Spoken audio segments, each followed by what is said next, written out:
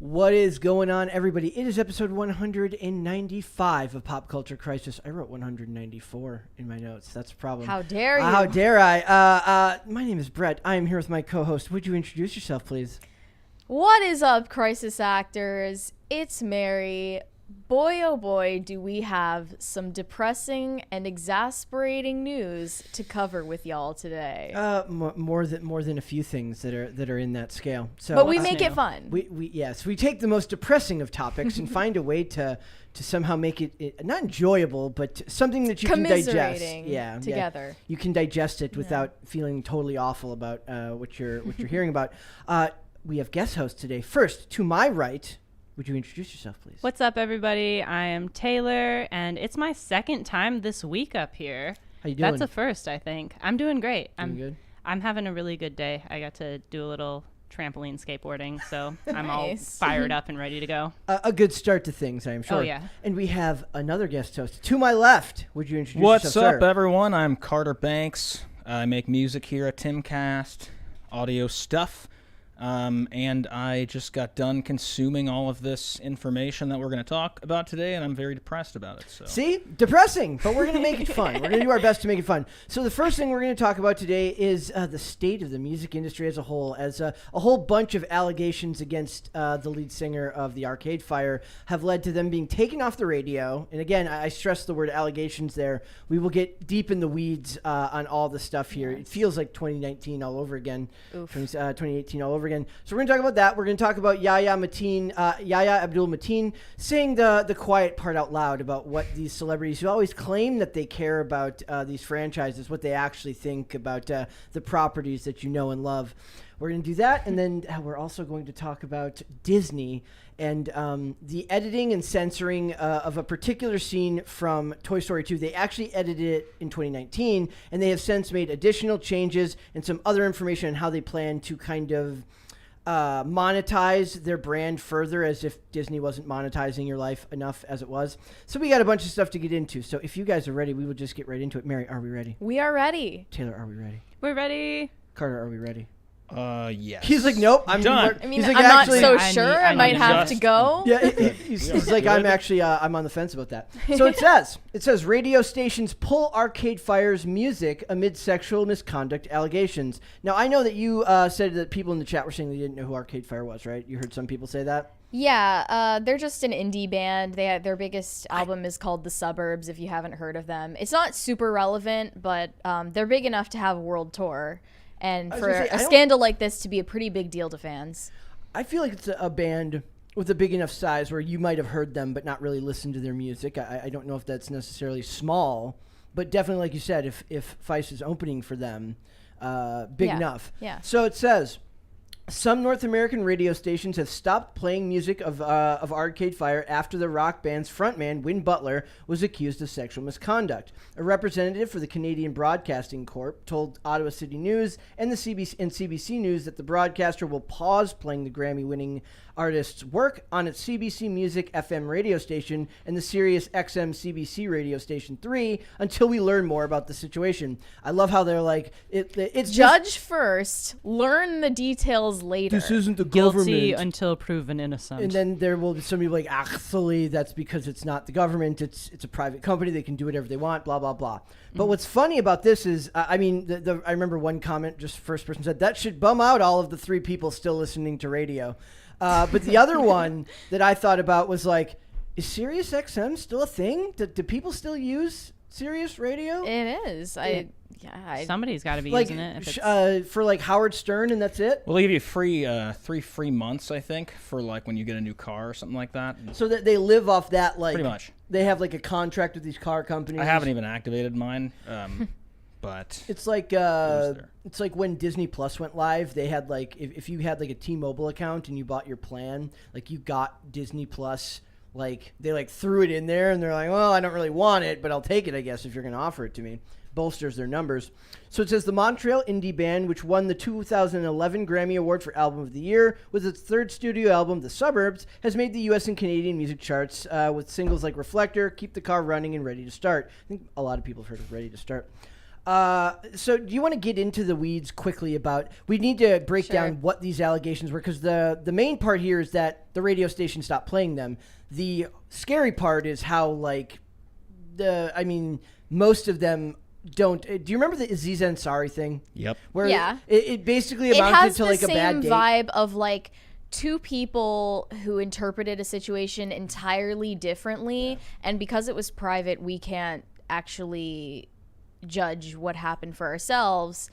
And then because of the nature of headlines, it turns against the accused person no matter what, because misconduct is a blanket statement that could mean a lot of different things. Yeah.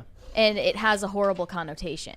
So it says 3 women and 1 person who identifies as gender fluid. I guess that means that they're not the other 3 women aren't a person. Is that what they're saying? Yeah, there was some awkward wording, but 4 accusers. 4 accusers. I mean, they really could have just said 4 people accused, Well, they needed to but point they had out, to make it awkward, so you that, know. so that when they started using different pronouns that it didn't seem jarring, I guess. That's fine. guess. Says the accusers between the ages of 18 and 23 when sexual advances from the musician allegedly occurred between the years of 2016 and 2020. They told the outlet that Butler was 30. Oh, so he was 36 at the time of the start of these Between allegations. 34 and 36 or something. Yes. Or 39. This one says that he was 36 at the start of the allegations, He's 42 now. and that's between 4 years. So, So yeah. yeah. So, So going on for how long? it went on for about 4 years. Okay. It sounds like he is just a serial cheater Right. and had consensual affairs, and then those women We should give that. We should regretted actually, like, their decisions. But let's get into the details. do you want to do it from guess. the actual Pitchfork article, or should we do it from this one here? I think the Pitchfork article had the best information about the one called Lily. Okay, we'll do the other ones first, and then Lily wasn't mentioned in the other Yeah. ones. I think so- they used some like aliases. To Oh, they're all. describe the I women. believe they're all aliases. Okay. As far as I know, it says. In an interview with the alleged victims, most shared how their interactions with Butler began because they were fans and gradually progressed to their boundaries being ignored. To me, he was just another creepy old guy, and to her, he was her hero. A friend of one of the accusers told Pitchfork, describing a night they were out with Butler. Another person, dubbed Sarah, described being pushed to have sex to have video sex with the musician. I did everything because it was him, Sarah said. I remember being so nervous and so ashamed that I did it. He used me basically as his personal therapist and an easy way to get sex over the phone. There was actually a fair amount of good info on that. I'm going to find Sarah's in the actual article here. Thank you. Thank you. Let's go down to Sarah's here. Okay. Oh, no, that was Stella. I'm sorry. There's so many names. So Are they basically, fake names? yeah, they were basically doing Yeah. pseudonyms so that they wouldn't be applicable otherwise. I want to. So this one is basically that they met. It was at the Montreal art scene. Go up to the top. And these are all creative types, by the way, who, Yes. I mean, nothing wrong with being that type of person, being an artist, but it tends to happen that they are, not good at parsing out social dynamics as well as the rest of society. That's true. I can And then attest to that. when you have a pair of those types of people, things are going to get misinterpreted, and awkward situations are going to happen, to say the least. especially over the phone or video. I also Yeah. want It's to even point. worse. Okay, so we're gonna go up here and we're gonna talk about Lily. This is the case. It says Lily says that the first time she met Butler was at another band's Montreal concert in January of 2015. At the time, she was 21-year-old art student who didn't have any particular affinity for the Arcade Fire's music. He was a 34-year-old local celebrity. She gave him a business card and received an email from him the next day. He gave Lily his cell phone number and encouraged them. So Lily is the one that goes by they them pronouns. Butler's account of the evening differs from Lily's in one key respect. Lily says he flirted with me all night at the concert, and then Lily says their interactions were friendly, not flirtatious. And that's where this all comes back to, is they're both interpreting what happened in vastly different manners, right? So it says, soon after the meeting, they went out for drinks. An occasion, Butler described a Pitchfork as a date. Lily objects to the characterization, citing the fact that that they had a longtime partner at the time, and Butler was married to his wife.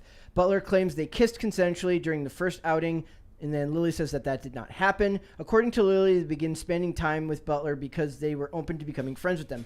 Okay. Now, I understand a difference in opinion of interpreting the vibe of an interaction because that's totally intangible and I can see how that would get misinterpreted. But just the factual events, you should be able to recall whether or not you kissed, right? Like either one of them has to be lying or has a terrible memory about that at least. And the part about the inner thigh, thing was, he characterizes it as like they were driving and he like basically reached out and grabbed her inner thigh, and then she claims it was like inside her pants, and it's like, how do you misremember something that serious? So who do you believe? It doesn't ultimately matter who you believe. You don't have to believe either party because it was something that happened privately. Right. And so he said, they said. Yep. Yeah. Yeah. It's like, why would you pick a side when you don't know any facts, really? And the whole list of encounters between this accuser in particular and Butler are exactly that. It's either different factual retellings of what happened and then different interpretations of the vibe of their encounter, which is totally like, it's up for interpretation no matter what. I want to get beyond the dynamics of each incident. I want to get into what they mention here about power dynamics in sexual relationships with musicians. Again, 80s rockers everywhere. This seems to keep recurring over and over with public figures. Entertainers they get into a relationship with someone who is like a fan, sees them as a hero, or is not really human. And then they have a relationship, and then later on, it's interpreted in an entirely different way than it was at the time. But this accuser said like they had no interest in Arcade Fire and had no idea who this guy was before meeting him. But she wanted to hang out and be friends with someone, even though she was they were in a long-term relationship, and he was married. Yeah. How did they even meet? At a concert. At a concert for some other band. The fact of the matter is that bad things are going to happen in that situation because they're not being honest about why they're spending time together. Are we going to be led to the point where we just have to say like entertainers should not basically date anyone who isn't also a public figure at least? I want to point out that they constantly talk about power dynamics and that the musician had so much more power over them because of their fame and fortune. If we were going solely on the concept of power dynamics in a relationship between two nobodies, women have infinitely more power because they control the ability whether they want to have sex or not. That is the woman's decision in polite society, right? So every woman can have sex with nearly as many guys as she wants. Guys take what they can get. Entertainers are just actually the rare exception that can have sex with almost as many women as a woman could have men. Mm-hmm. I understand that if someone is an entertainer, if a man is an entertainer, he is not. I'm not saying it's right, but he would be tempted at least to use his notoriety to get female attention. Couldn't that go for a lot of different jobs, though? Yes. Like athletes or just people who make a good living? Anybody with that level of fame. So it says, so what she said in that paragraph was that she said she did it all for him because he was famous and she was enthralled by the fact that he was famous. But Lily wouldn't have the same excuse or explanation for why this went on. No. Yeah, because if you weren't even aware that they're relevant in any way, what does it matter? Yeah. So it says, recent years have brought a reevaluation of the dynamics between sexual relationships between popular musicians and their fans. 80s rockers everywhere are shaking in their boots, I am sure. As cultural conceptions of consent have evolved to account for the idea that a power imbalance between parties can act as an instrument of pressuring or even coercion. Are we just throwing out the concept that as an adult you have agency in your own actions? It seems like it. I'm asking that as politely as possible. I'm not trying to be disrespectful. Like, to does anyone. that go out the window because you're so starstruck? We literally had an article yesterday talking about the women in Lord of the Rings. They have so much agency in the new Lord of the Rings, in the Lord of the Rings series. Are we saying that women or men, I guess, if maybe it's a guy looking to and it's a woman entertainer looking to have sex with a guy. Are they just so enthralled by the concept that the person is famous that they are now have no responsibility to say no? It's just as fair of a question, though, to pose at the entertainer. There's a lot of talk about using your platform for good in terms of social messaging, but in an authentic sense, you do in that position have to ask yourself, at least how can you avoid your platform being used for evil in a way that even slips under your radar? Be a monk. They should all be monks. I mean, really, it comes down to the fact that this guy is married and he's having affairs and getting himself into messy situations, which is something a lot of people do who are not in the public eye. But because he is in the public eye, it became a matter of the public's concern. One thing I want to bring up, though, is that a lot of people who bought tickets for this world tour are asking them to either cancel the world tour or allow them to have an option to refund their tickets. I think it's totally fair that they would be allowed to refund. Yeah. They aren't allowed to do that at the moment. Yeah. But it's like one of the comments on their Instagram said, there's no refund option for those of us who no longer feel comfortable attending. These tickets were really expensive during a cost of living crisis. Fans shouldn't be faced with either being out of pocket by a large sum of money or attending a show where they feel uncomfortable. They'll have to scalp the tickets if they want to get rid of them. Yeah, I guess. I think it's totally fair to ask for the refund option, but I don't think it's reasonable to call for them to cancel the tour, and that's also out of your hands. It's their decision ultimately, and it's a business decision that impacts a lot more people than only Win Butler. Right. I'm curious, did all these allegations come out like after they announced and started selling tickets for the tour, and could that be related? I mean, is that a big enough deal? I mean, they go on plenty of tours, right? Like, is that a big enough deal to bring these allegations to bear? Like, I like you're asking the question, like, was there an incentive for them to do so now? Right now, yeah. I don't know. I don't even think that most of the attendees or like people buying the tickets or listening to Arcade Fire are aware of this situation. Yeah. It's a very small cohort of people who even are paying attention to it. Yeah. So it would really not even hurt their pockets so badly to allow the people who do care to get a refund. You think if it was an incentive, they would have waited till after the tour so they would have money to pay in lawsuits. I'm sure that they're doing fine as is. Yeah. With the records. Yeah. But and there's not legal action being taken. No, they're just. It's just social media banter. What was the paragraph that you sent me earlier? Well, did anything illegal occur according to these allegations? All of it seemed to me to add up to bad encounters together. The closest thing you get to an illegal, or at least an allegation of something illegal, is in Lily's story, where she says that he intruded in her home when she told him that she didn't want him to come there. I've got that here. It and says, then she had to yell at him to leave. It says, I opened my door and he pinned me up against the wall and was aggressively grabbing my body and sticking his tongue down my throat, Lily said. It was an attempt to be sexy and it was not okay, and it was so not okay in the context. However, Butler's statement reads, when Lily opened the door, we started kissing immediately. I don't remember who initiated it, but it was definitely mutual. It really is. When you read something like that, it's like, don't place the burden on me, the third party who has nothing to do with these people, to parse out who is telling the truth, right, or who is remembering things correctly or incorrectly. It's not my problem, and it's not it's not a reflection of some kind of larger social issue. This is an interpersonal thing that involves two people.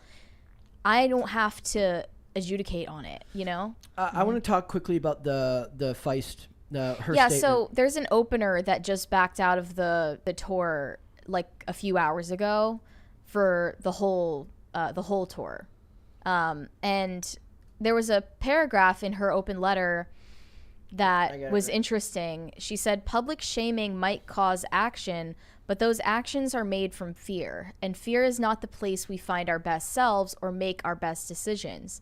Fear doesn't precipitate empathy nor healing, nor open a safe space for these kinds of conversations to evolve or for real accountability and remorse to be offered to the people who were harmed.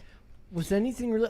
Who are allegedly harmed. This paragraph is incongruous with the rest of the letter because the rest of the letter more or less is on the side of the allegations. Yes. She repeatedly refers to them as if they're true, not, she doesn't say allegedly. Yeah. She talks about them as if as if it actually happened. Mm-hmm. And it's, I think, fair at least to point out that this puts her in a super difficult position because she said, Thank you. She said, to stay on tour would symbolize I was either defending or ignoring the harm caused by Win Butler, and to leave would imply I was the judge and jury. So did she just, by leaving the tour, imply she is the judge and jury, or did she not? She's saying that she's those trying are my her choices. best not to be perceived that way. She's like, those are my choices, and I guess this is the one I have to choose. Yeah, and I understand why that would be really hard. Yep. It's like you shouldn't have to answer for the decisions that some person on tour with you makes in their personal life years ago. Mm-hmm. You don't even know the guy or what type of person he is, let alone are you responsible for answering for his actions. Yep. And she should not be held responsible for answering for his actions. A lot of times what we see... I can just see her DMs being like, why are you still on tour with this monster? It's like whenever we talk about these executives at Disney or executives at Nickelodeon, a lot of these people, they don't know what's going on, and they're just doing their jobs, and they're not, maybe all the signs in the world are there, but in a world as litigious as ours is, right? Like, are you really going to make a claim that you can't prove... and then get sued by some executive? So is it kind of the same thing? Like, people in general keep their head down and want to just mind their own business. But in a case like this where it's now become very public, you can't do that as a performer. What did you think of his wife vehemently defending him? I mean, so weird. Total unconventional. I don't know if that speaks to his innocence, but it is. I mean, she's basically saying they have an open marriage. Yeah. Mm-hmm. But she's like, of course, completely denies that he has. Accusations? Where's the accusations against her? We didn't even know. Yeah. Well, no guy would. Guy, but it was kind of fascinating that she stood by him, saying like, "Look, I'm totally sure that he would cheat on me, but he just wouldn't force himself on a woman." Was it cheating or was it open relationship? It's there unclear. Any detail about that? It's unclear. All he said was that he had consensual relationships outside of his marriage. Yes. So, but it's, I think this is a mistake that Shia LaBeouf might have also made in his statement to the New York Times. In Win Butler's statement to Pitchfork, he talked about his struggle with mental health and his history of being abused and his substance abuse and his depression. Yep. And it's like you're addressing a lot of things and not the allegations. Right. So you might as well not comment on it. Yeah, those things kind of sound irrelevant. Because it sounds like you're offering an explanation for something that you didn't do. Yeah. Like if you want to be seen as, or if you want to be assumed innocent until proven guilty, like don't comment on it with a bunch of history about your personal life and how much you've struggled. Like that sounds like an admission of guilt.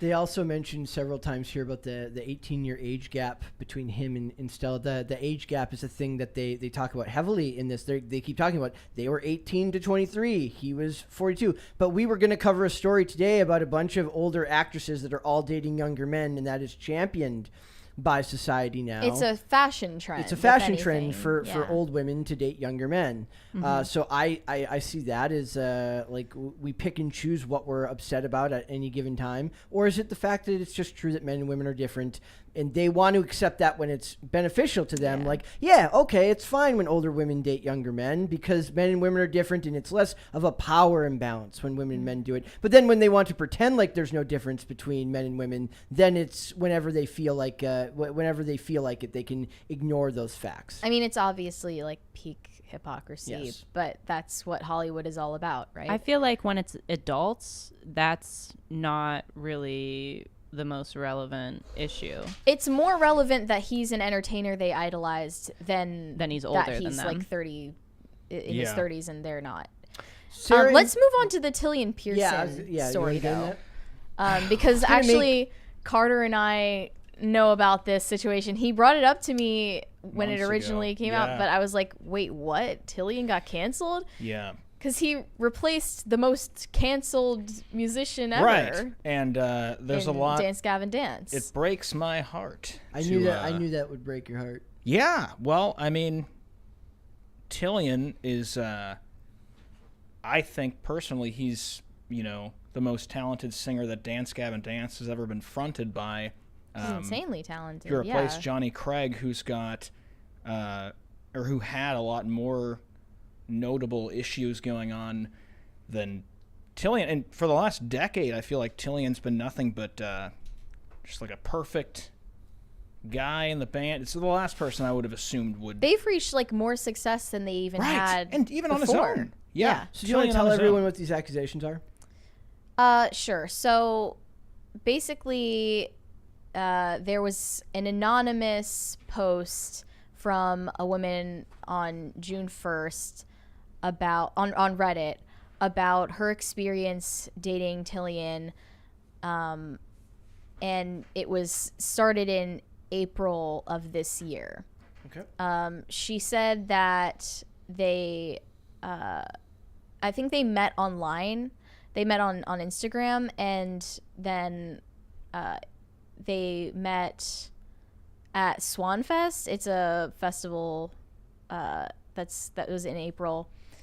And she said things moved pretty quickly, which was fine. I was in that mindset of this will probably be the only time I'll get with him, so I'm down for whatever. See, that is I just want to point out that when the musician hears that, that's what he's expecting. That what the Win Butlers of the world, what they're expecting is they want to have their one time with me, and they're like, that's fine.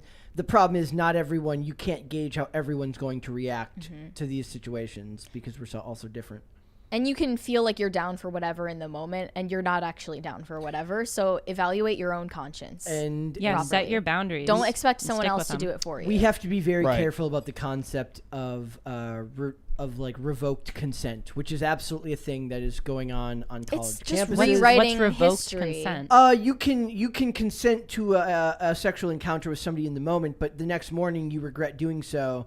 So you find Mary, how would you describe it? Like then they're like, it's basically regret. Yes. So in the truest sense your of the partner's word. supposed to be a mind reader that you're Yeah. going to regret it later. Also, if you're a man and a woman and you're drinking, the man is still responsible for your well-being, even if you're both drunk. I don't want to get too into the weeds about that. And I don't think that this situation was an example of that. No. But she said there were definitely some awkward points and a whole lot of red flags. I kept brushing them off as, well, we're pretty drunk, so ... She said things got uncomfortable fast, and I was put in the position of not really knowing what to do. So this was shortly after their bandmate's death, Tim Furyk.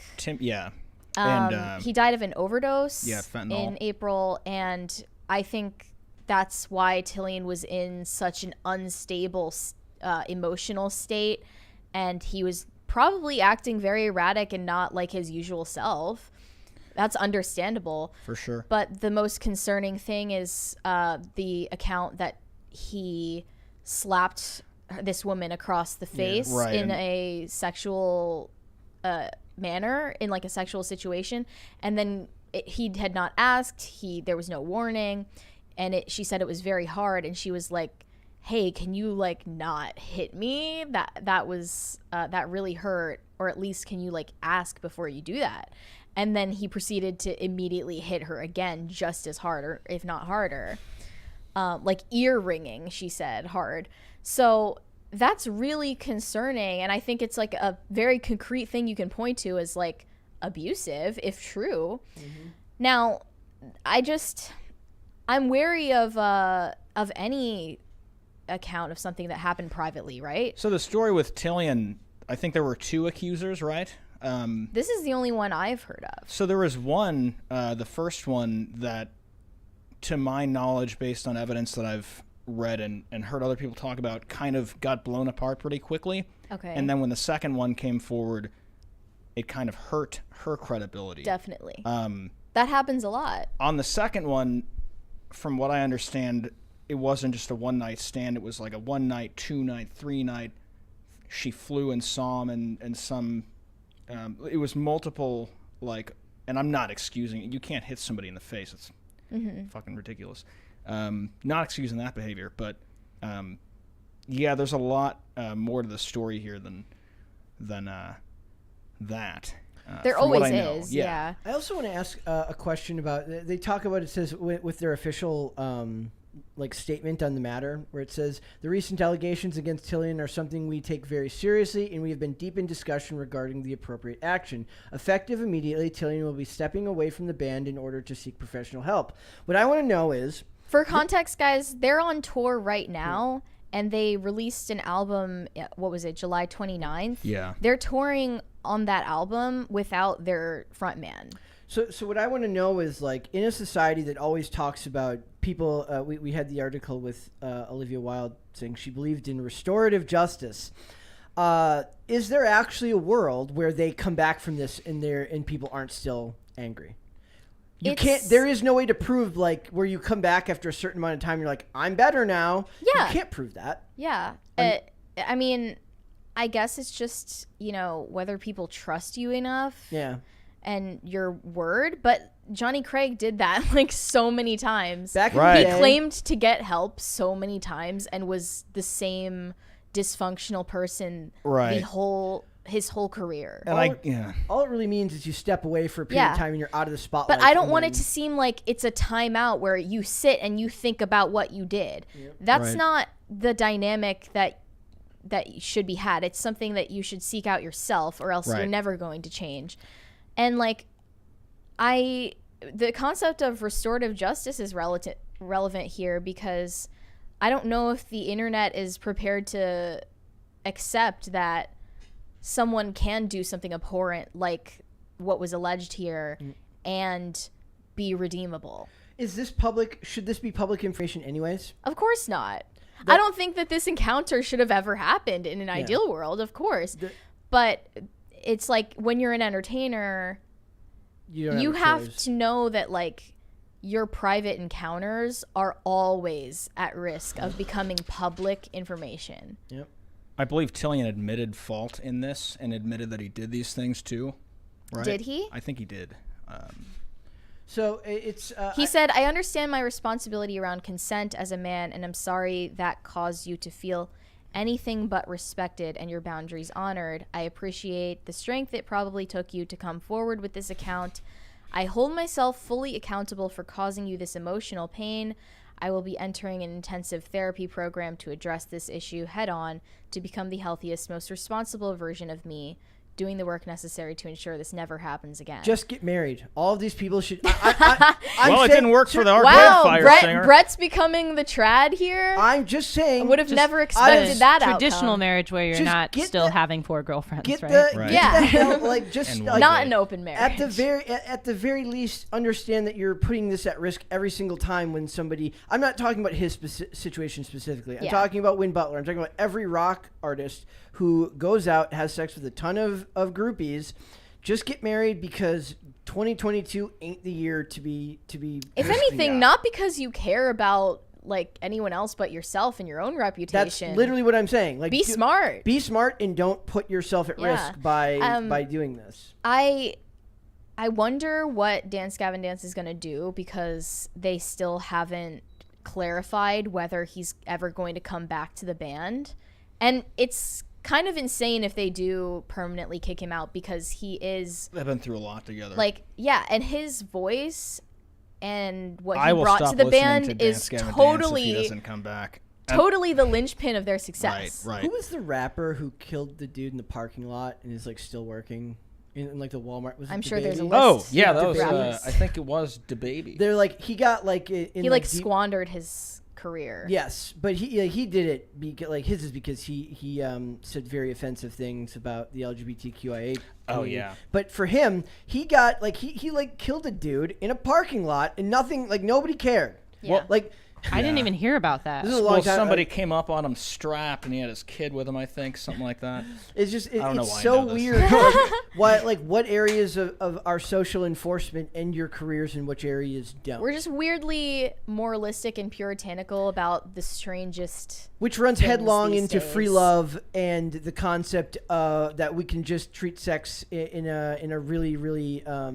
I mean, you can talk about that and bloviate about that, but the reality is that, clearly it's not working out for us. I'll bloviate. leave it at that. Excellent use of bloviate. Let's go to super chats. Okay. Johnny Beck sent us, I guess that's a video game controller? Thank you. Jumping? And high five. Yeah. Thank you. Action Man said, "Who listens to Howard Stern?" LOL. That is a good LMAO. question. Not just LOL, but LMAO too. He's actually one of the weirdest ones because he has extreme TDS and he's really really embarrassingly like the system now. He's just Wait, absolutely TDS? Trump yeah. derangement. He does. So he's weirdly Killing derangement syndrome. yeah. Tillian derangement That's what he's syndrome. got. That's what he's got. That's funny. Metastep said, "Saw Carter was on. You're doing some great work." Yes, you are, Carter. Was that directed at me? Yeah. Yes. Oh, thank You're you. a star. Woo! Bad App said, "Hi Carter. Hey Hey, Brett. Bad App. Sup Taylor. Howdy toots." Howdy toots. Howdy. You have to say toots like toots. Is the Toots. Toots Mary? Mary's Yeah, the I toots. suppose so. Dizwiz said, "Why don't you die, Brett? DYE, not like die, It's never gonna happen, guys. Well, it's because we need 15 Need crisis 15. parties, that's it's why. never gonna happen. Closet Disney Nerd said, "Just wanted to drop you guys a few bucks. You are all awesome." Thank you. Thank you for Thank you. that. And hopefully that you stick around because we have Disney to talk about today. Bad Up said, "Dudes join bands to get beep." He's right. True. It's completely Well, true. it goes to what I was saying. Look, women can have sex anytime they want. Men are dogs. That's just it's just the way of the world. the It's the nature way of things it. are. When men gain any level of power, whether it's a CEO, whether it's an actor, or especially that seems to be a very common example back in the day, band members with groupies and stuff like that, they act far less. They're far less discerning than women are with their partners because it's not normal That for men seems to be to that way. be to accurate, that way. Wayward Soul said, "Jimmy Page, age 28, openly dated Lori Maddox, age 14, for 2 years, and MS still be like, I heart Zeppelin. Fame is gross." Fame is gross. I didn't know that. Yeah, they used to be a lot worse. Well, Elvis and what's her name? Oh, Priscilla? Priscilla? Yeah, I mean, that's an obvious example. But I don't think that was something the public would know about. I'm trying to picture Elvis doing the half your age plus 7 thing. I'm there's no phone calculator. He was back doing then. the half your age minus 7. Wait, is that the rule? Half your age There's a plus hard 7? and fast rule that you take half your age and you add 7 and you should be okay.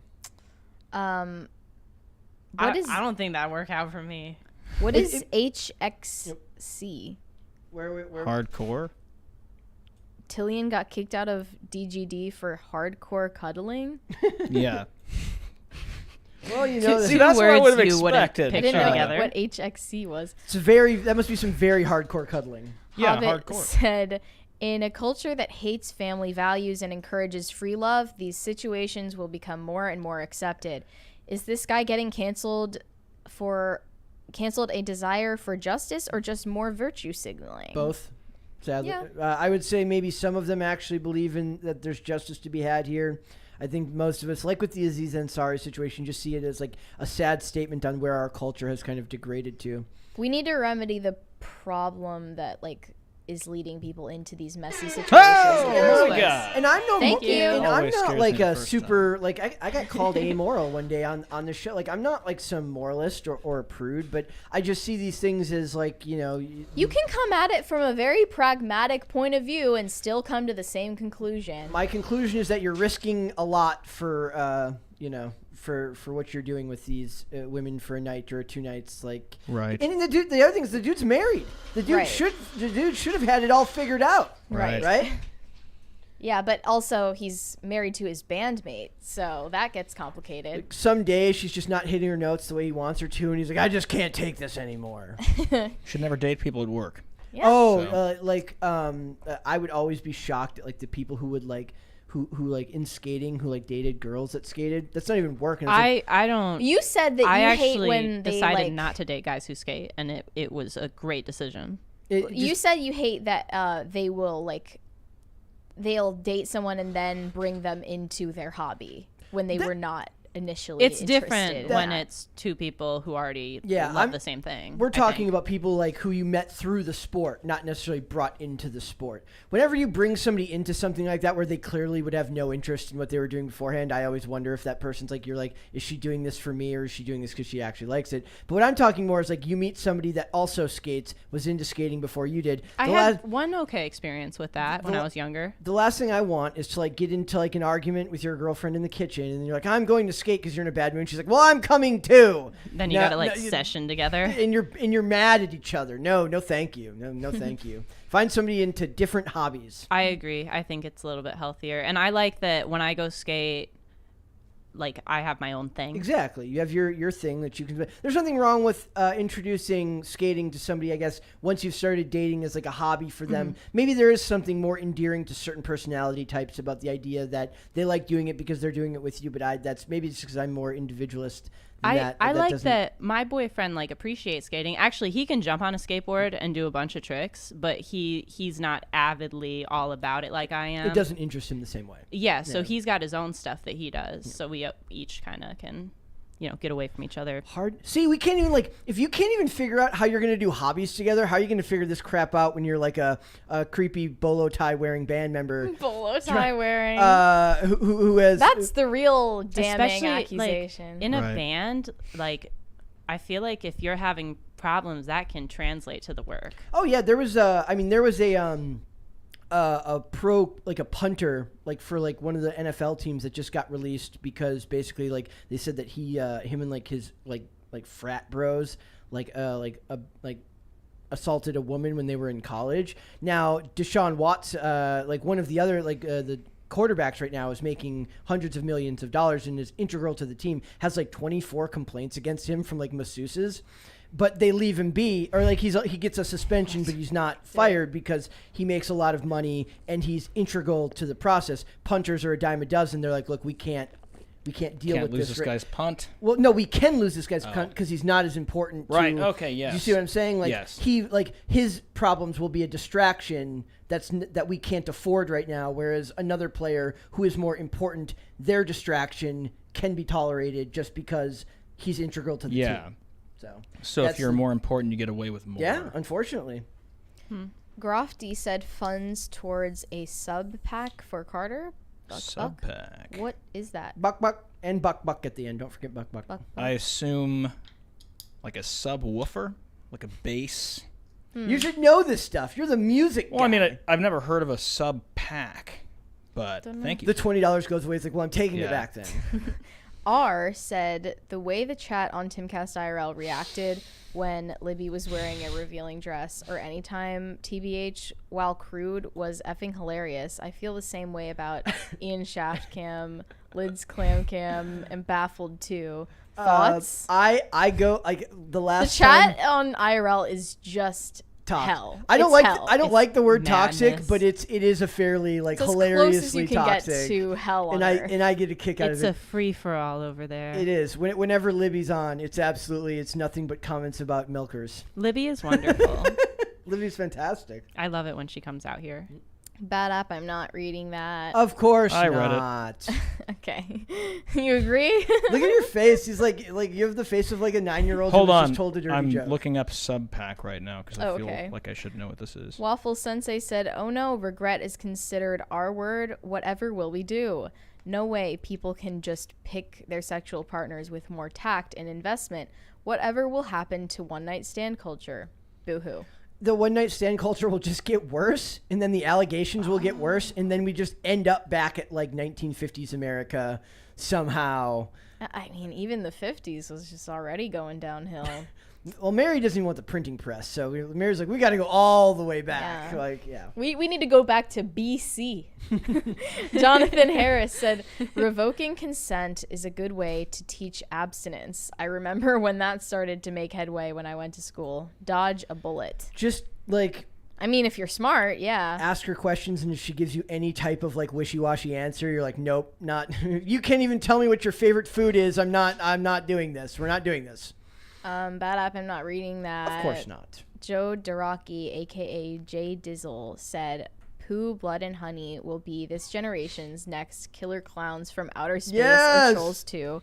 Going to be so bad, you'll love it." We're gonna love it. We're at, you guys. I already know. We already know it's gonna be freaking awesome. If you There's guys gonna be haven't, like 10 people reviewing this with us. when this episode's over, you guys need to go watch. Or did you watch the trailer yesterday, Carter? You watched. I watched it. Carter's man. like, is Yeah. this the fake Okay, so trailer? my sister sent me a fake, like a joke trailer a long time ago, and I've been sending it to people like ever since. It was like 2 years ago. Yep. And then when I saw that, I'm like, is this a real movie? It's a real movie. Always somebody- has been. There's also going to be hilarious versions in like 12 or 13 years. Like a lot of like the superheroes go into the public domain, so you're going to get funny versions of this with like Superman and Batman, where Batman will be man. like yeah, it's gonna be great. Bad App said, "How you going to be a seeny weenie and not know what HXC, RAR XD?" Luckily, I am Yeah, not a guys. Luckily, I am not a seeny weenie. Charles Fritz two. said, "Jerry Seinfeld, Steven Tyler, Jerry Lewis, etc. Many famous men date underage girls." Yep. Unfortunately. Yep. And later, we're going to talk about Leonardo DiCaprio and his aversion to anyone over the age of 25. I mean, at least then they're in their 20s. They're Yes. still 21 to 25. adults. Waffle Sensei said, "I was born in the IRL chat, molded by it. I didn't join PCC chat room until I was a man, and by then it was too late." There's a fantastic origin story to be told out of that chat. Grofty said, "Sub pack equals wearable subwoofer." I just looked it up, Grofty, and I would happily wear that when mixing. I think that'd be super sick in a good way.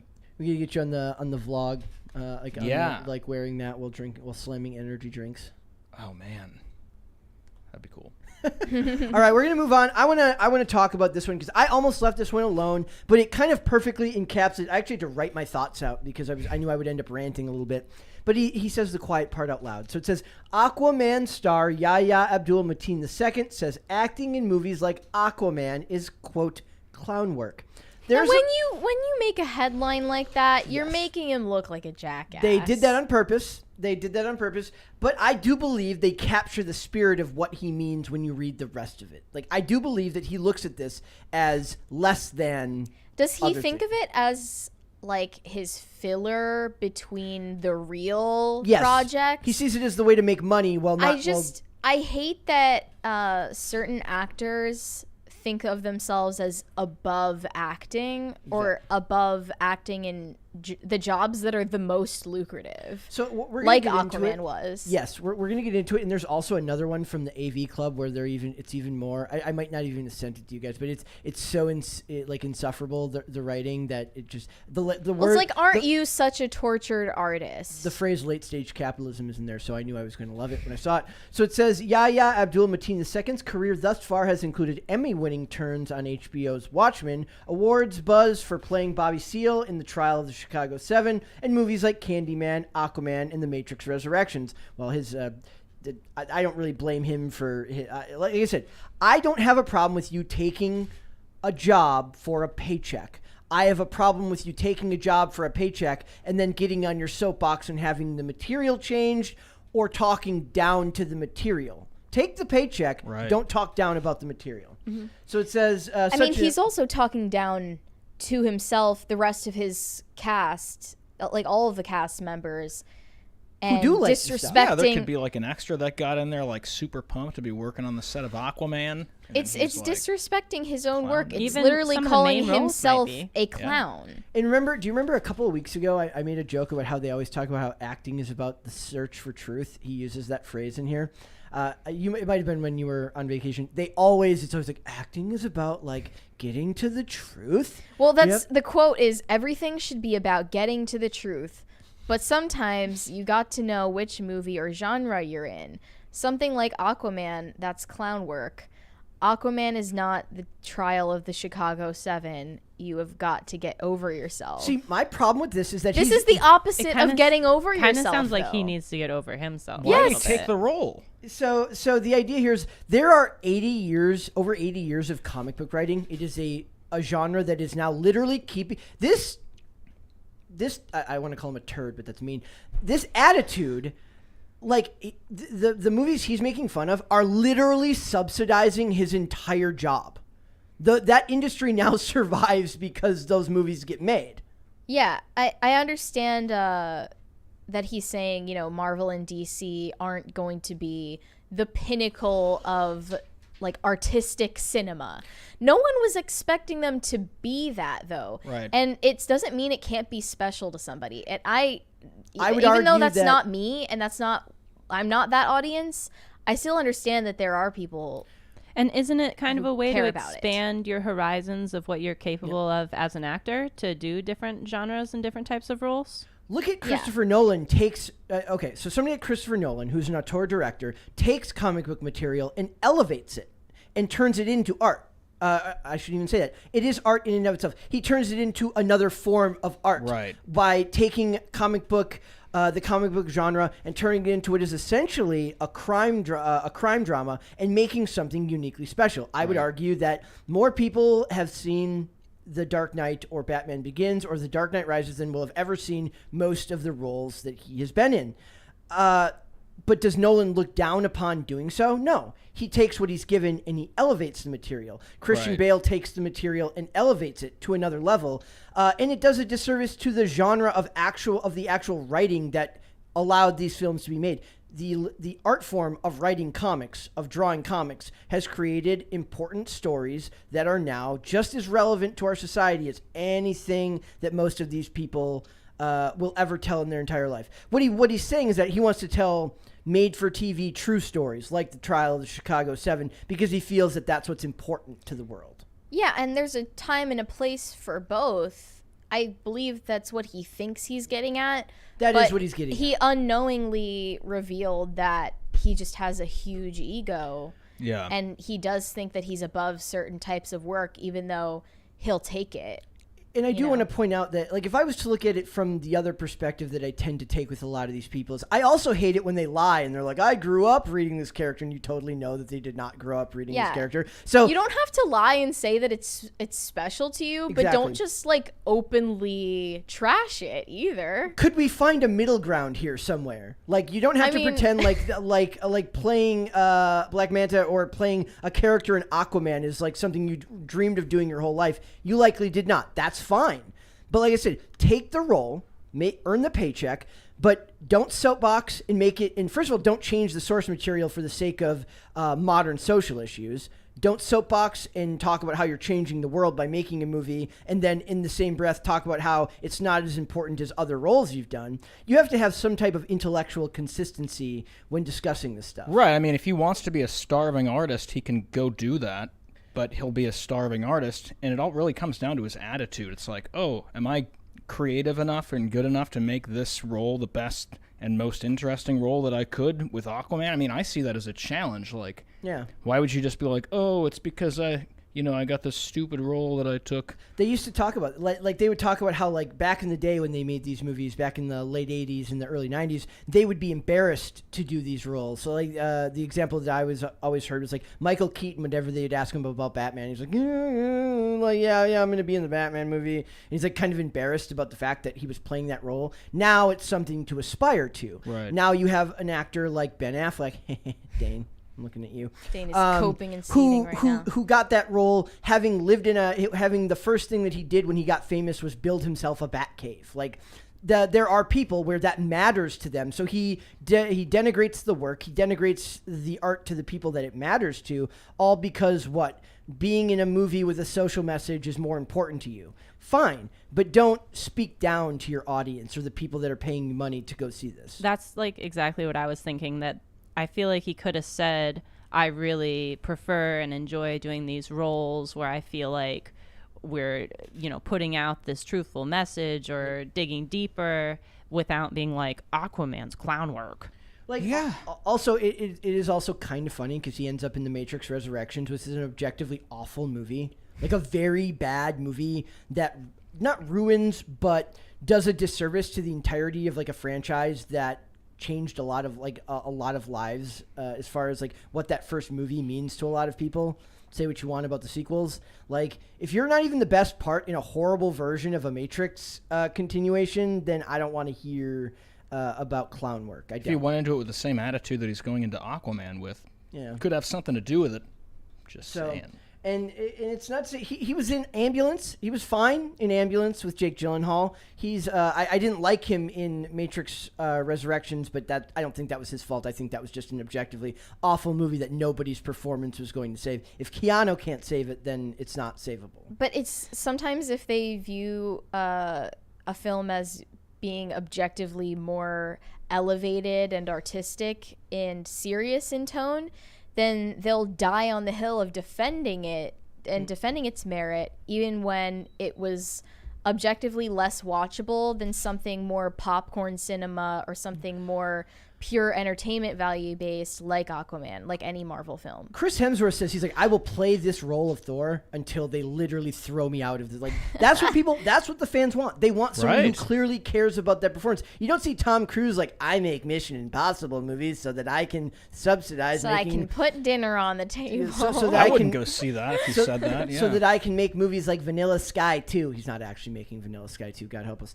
But like the smart Keanu Reeves, like he's like, I will keep making John Wick movies as long as people want to see them.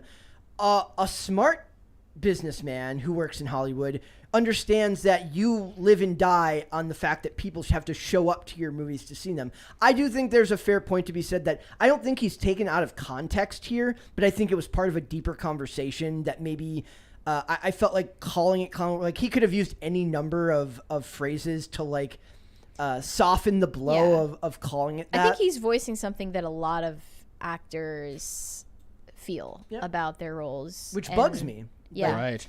Like, and it's like that's why dudes like Eric D. July talk about, they're like, stop giving money to people that hate you. Stop supporting things where these people clearly all they see these roles as this character that you've grown up reading your whole life, that you're invested in the future of.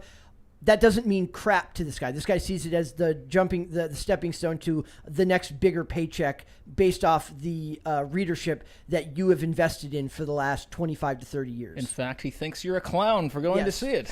So what is with the hating the fan base? They love it, dude. Disease in Hollywood right now. Hollywood and critics live to hate the people that love. That's why channels like this, channels like anybody who watches this show likely watches stuff like Nerdrotic, like The Quartering, like a lot of those other channels. Whatever you think of, whatever of these channels, you can like some of them, you can dislike some of them. They exist because people like this cannot seem to understand what it means to be a bit diplomatic in their views of the world. There are people who make an entire living off of pointing out your hypocrisy. I think it's time to reevaluate.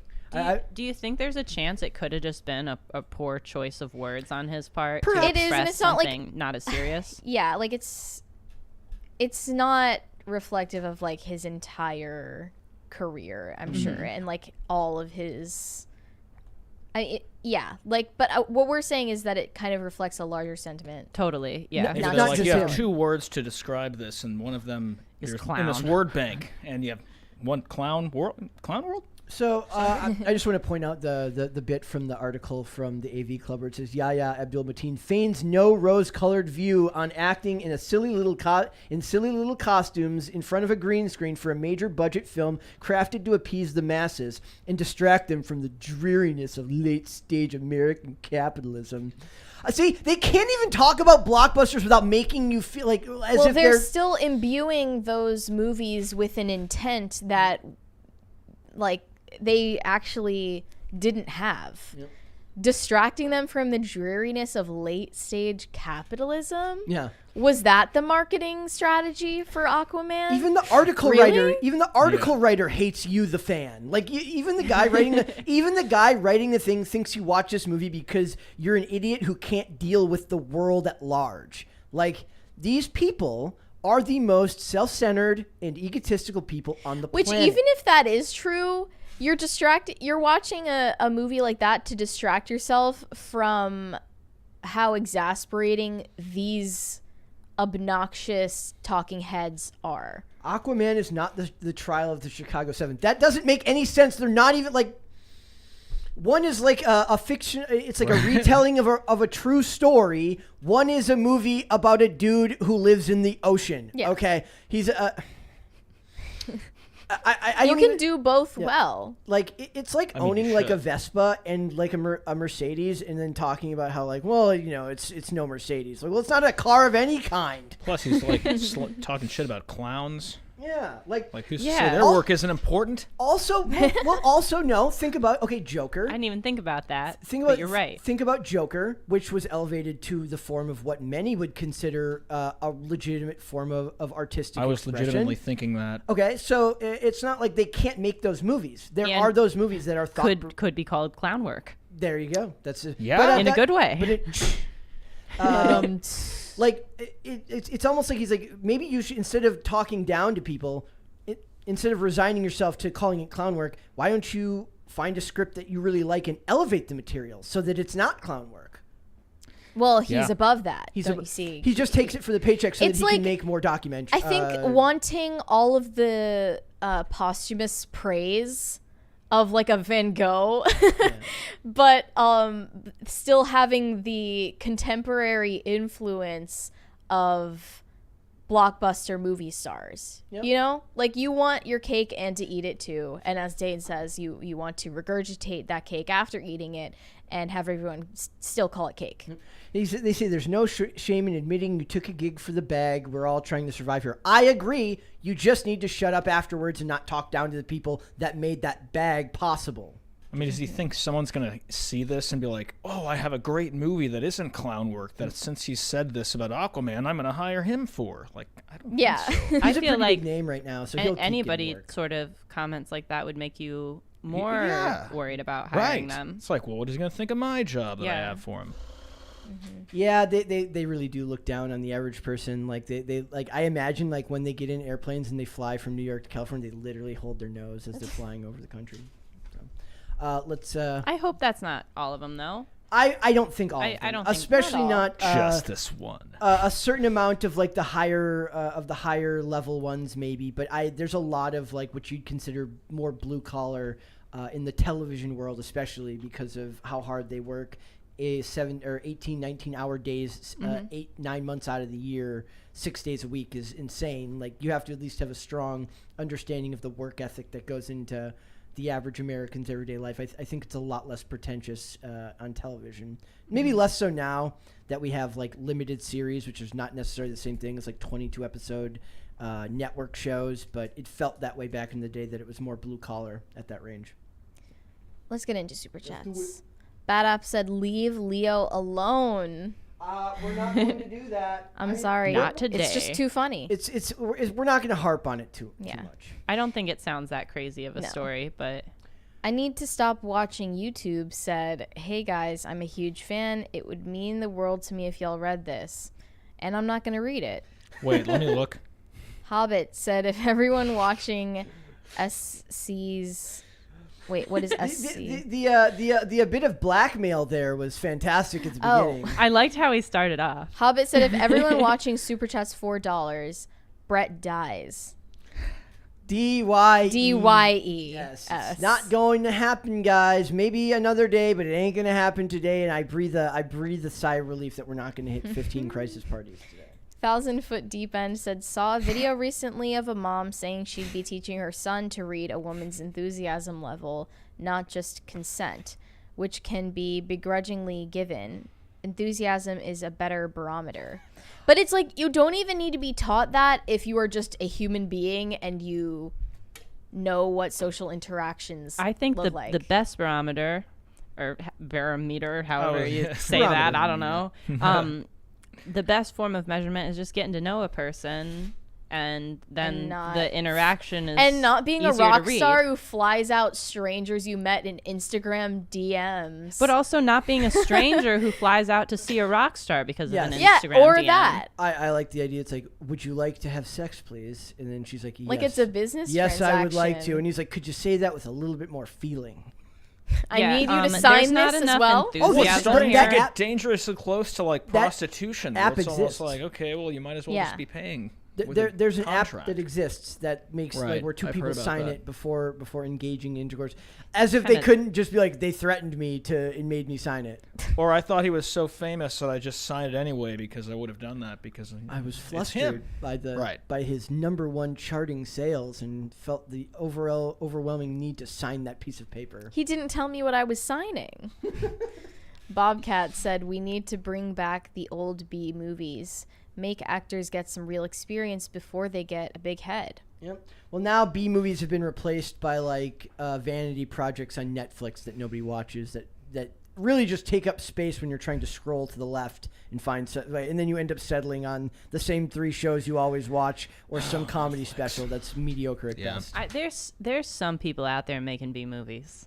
Are we talking about B movie as in like the B movie? No, or we're not. No. Like low budget, smaller project movies. Is that what Yeah. that means? Technically, Blood and Honey it would be Blood and considered Honey like is a perfect pretty example. dangerously close to a B movie. I call it an A movie. It will be an A movie To us. Will be a movie. in our hearts.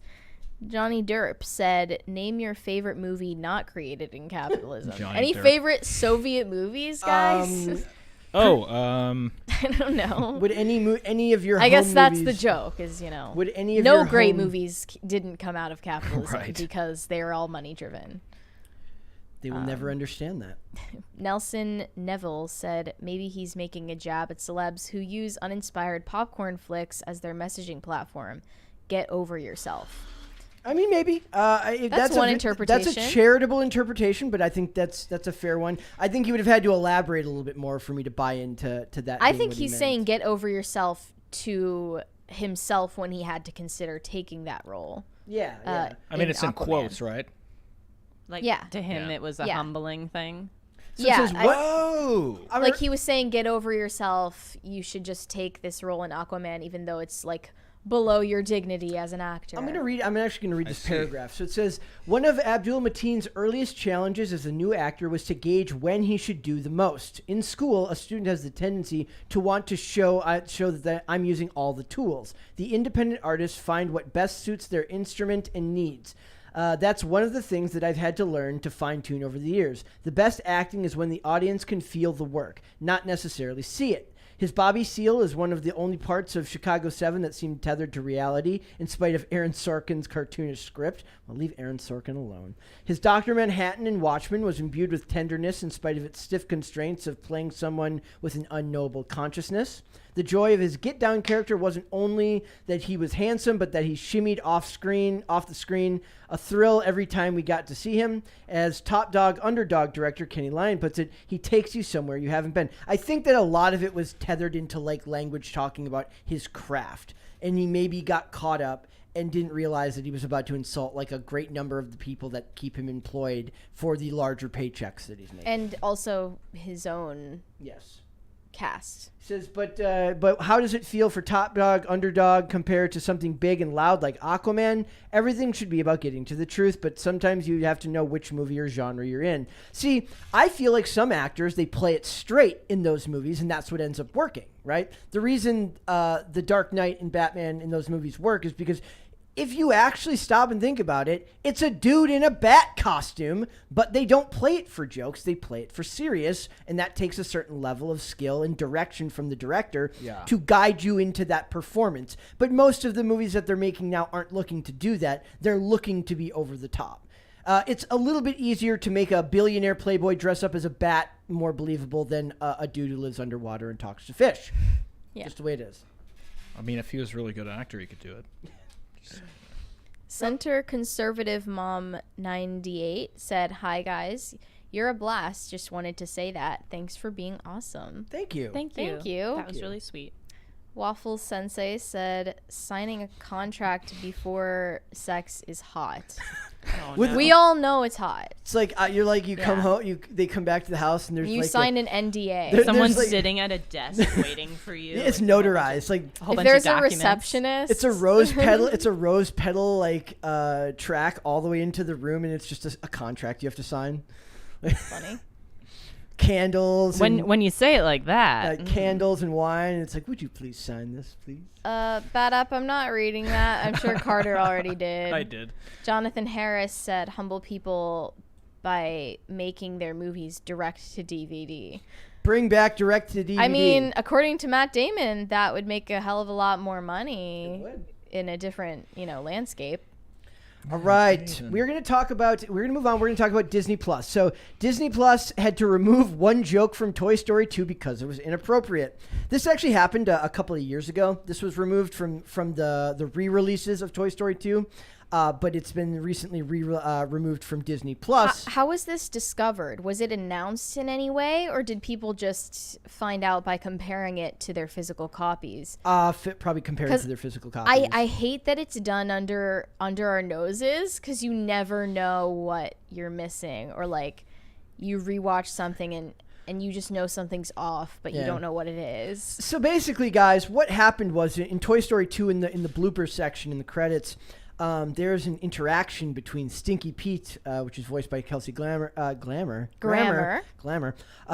Kelsey Grammer, that where he intimates to a pair of twin Barbie dolls, that he could in fact get them a role in Toy Story 3, which of course didn't survive the Me Too movement. That's kind of taking a jab at the film industry in a very subversive and because of that, like, hilarious way. Exactly.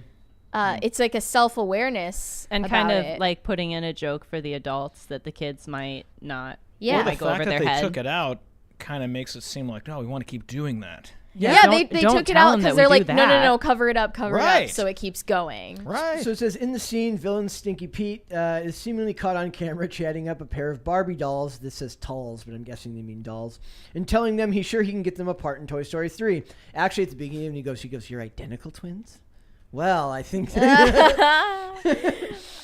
Gee, that's Hollywood, dude. Oh, they also mention the Mandela effect. Perhaps the Mandela effect is not real. Disney is just changing every movie. Yeah, that's exactly what it is. So it's like they did this with Falcon and the Winter Soldier. They edited out blood and changed the way somebody died to make it ambiguous to whether they died or not. They did the same thing with a bunch of other movies and scenes where they just basically they change it and they don't tell you. And and Netflix is open to changing things now too With because Stranger of the Things. Stranger Things it's incidents. the problem with not owning a What physical happened copy. in Stranger Things that was People not cool? suspected that a scene in the first season got completely edited so that the character of Jonathan Byers. Did you watch it? No, I've just seen I some watched clips the here first and there, season. but In the first season, do you remember when he was eavesdropping on Nancy Wheeler Yeah. and Barb and Steve Harrington at Steve Harrington's house? Yeah. And they're at his pool. So Jonathan has his camera. He's taking pictures of them because he's, his character Like a is creep. Yeah, his character is kind of just like an outcast or nerd, A who's, like, voyeur, if you will. artistic and Right. voyeuristic as well. So he's taking pictures of them while they're hanging out, and then boys will be boys. Nancy Wheeler goes up to the second story of Steve's house, and she starts undressing it in the second story window. People remember him taking down his camera for a second and considering what to do because he knows it would violate her privacy, but then taking the pictures anyway of her. So fans suspect that they edited that part out, so it would only be him taking down his camera and then proceeding to take pictures of Barb, who was still sitting at the pool fully clothed. So they wanted to edit it so Jonathan Byers would look like less of a creep in the first season. Is that confirmed? They did that? None of it is confirmed, and it's quite possible that, like, once people started noticing it, they could have just edited it right back to what it was before. I don't think they would even admit it if they did change it, but they admitted to changing a ton of other things not just visual effects, but dialogue. Like they got some continuity facts wrong. They had to like voice over. You shouldn't be allowed to do that. You If shouldn't screw be allowed up- to do that. If you screwed it Yeah. up, it becomes the most endearing part of a production when you find things that are wrong with it. Yeah, that's like, Like, the They fans call Yeah. it find George the Lucas continuity. saying, and Yeah. they find it very funny. It that is they do very it. hard. And that's not even that old of a show. Like with No. some of these Disney movies, they're older. But The other funny thing is, I was thinking to I was watching an old episode of one of the CSIs recently, and I can't prove it because I don't have the DVDs anymore. But there's a scene where he basically makes a joke about how like his ex-girlfriend's. He goes like, "Can you call your ex-girlfriend that works at the DMV?" He's like, "Are you kidding me? She's crazy." And like they removed the part where he says she's crazy, and he basically because the scene looks weird and out of context now, where he just kind of like double takes and says no but yes, because before there was like an additional part where he's like, I can't call her, she's nuts. Like you can't do that anymore. You can't call someone can't crazy? can't call a Is that woman, ableist? It would probably be ableist. So. It also reminds me of like eventually they're going to come for the Sandlot when the dude pretends to be to drown so that he can kiss Wendy Peppercorn. No. They're gonna come for that. But most importantly, I think the thing is just I don't think kids would have thought that. No kid is thinking that. The adults are They're the ones trying that to think save that. the sensitivities of adults and they're preempting the outrage. At this point, they're so afraid of getting backlash for jokes that can be seen as distasteful that they are preempting the backlash before it even happens and correcting for it in real time without telling anyone. And they really think that like they won't get caught. And so far, who knows what else they've edited that So much stuff. we have no idea about. what do you guys think about this one?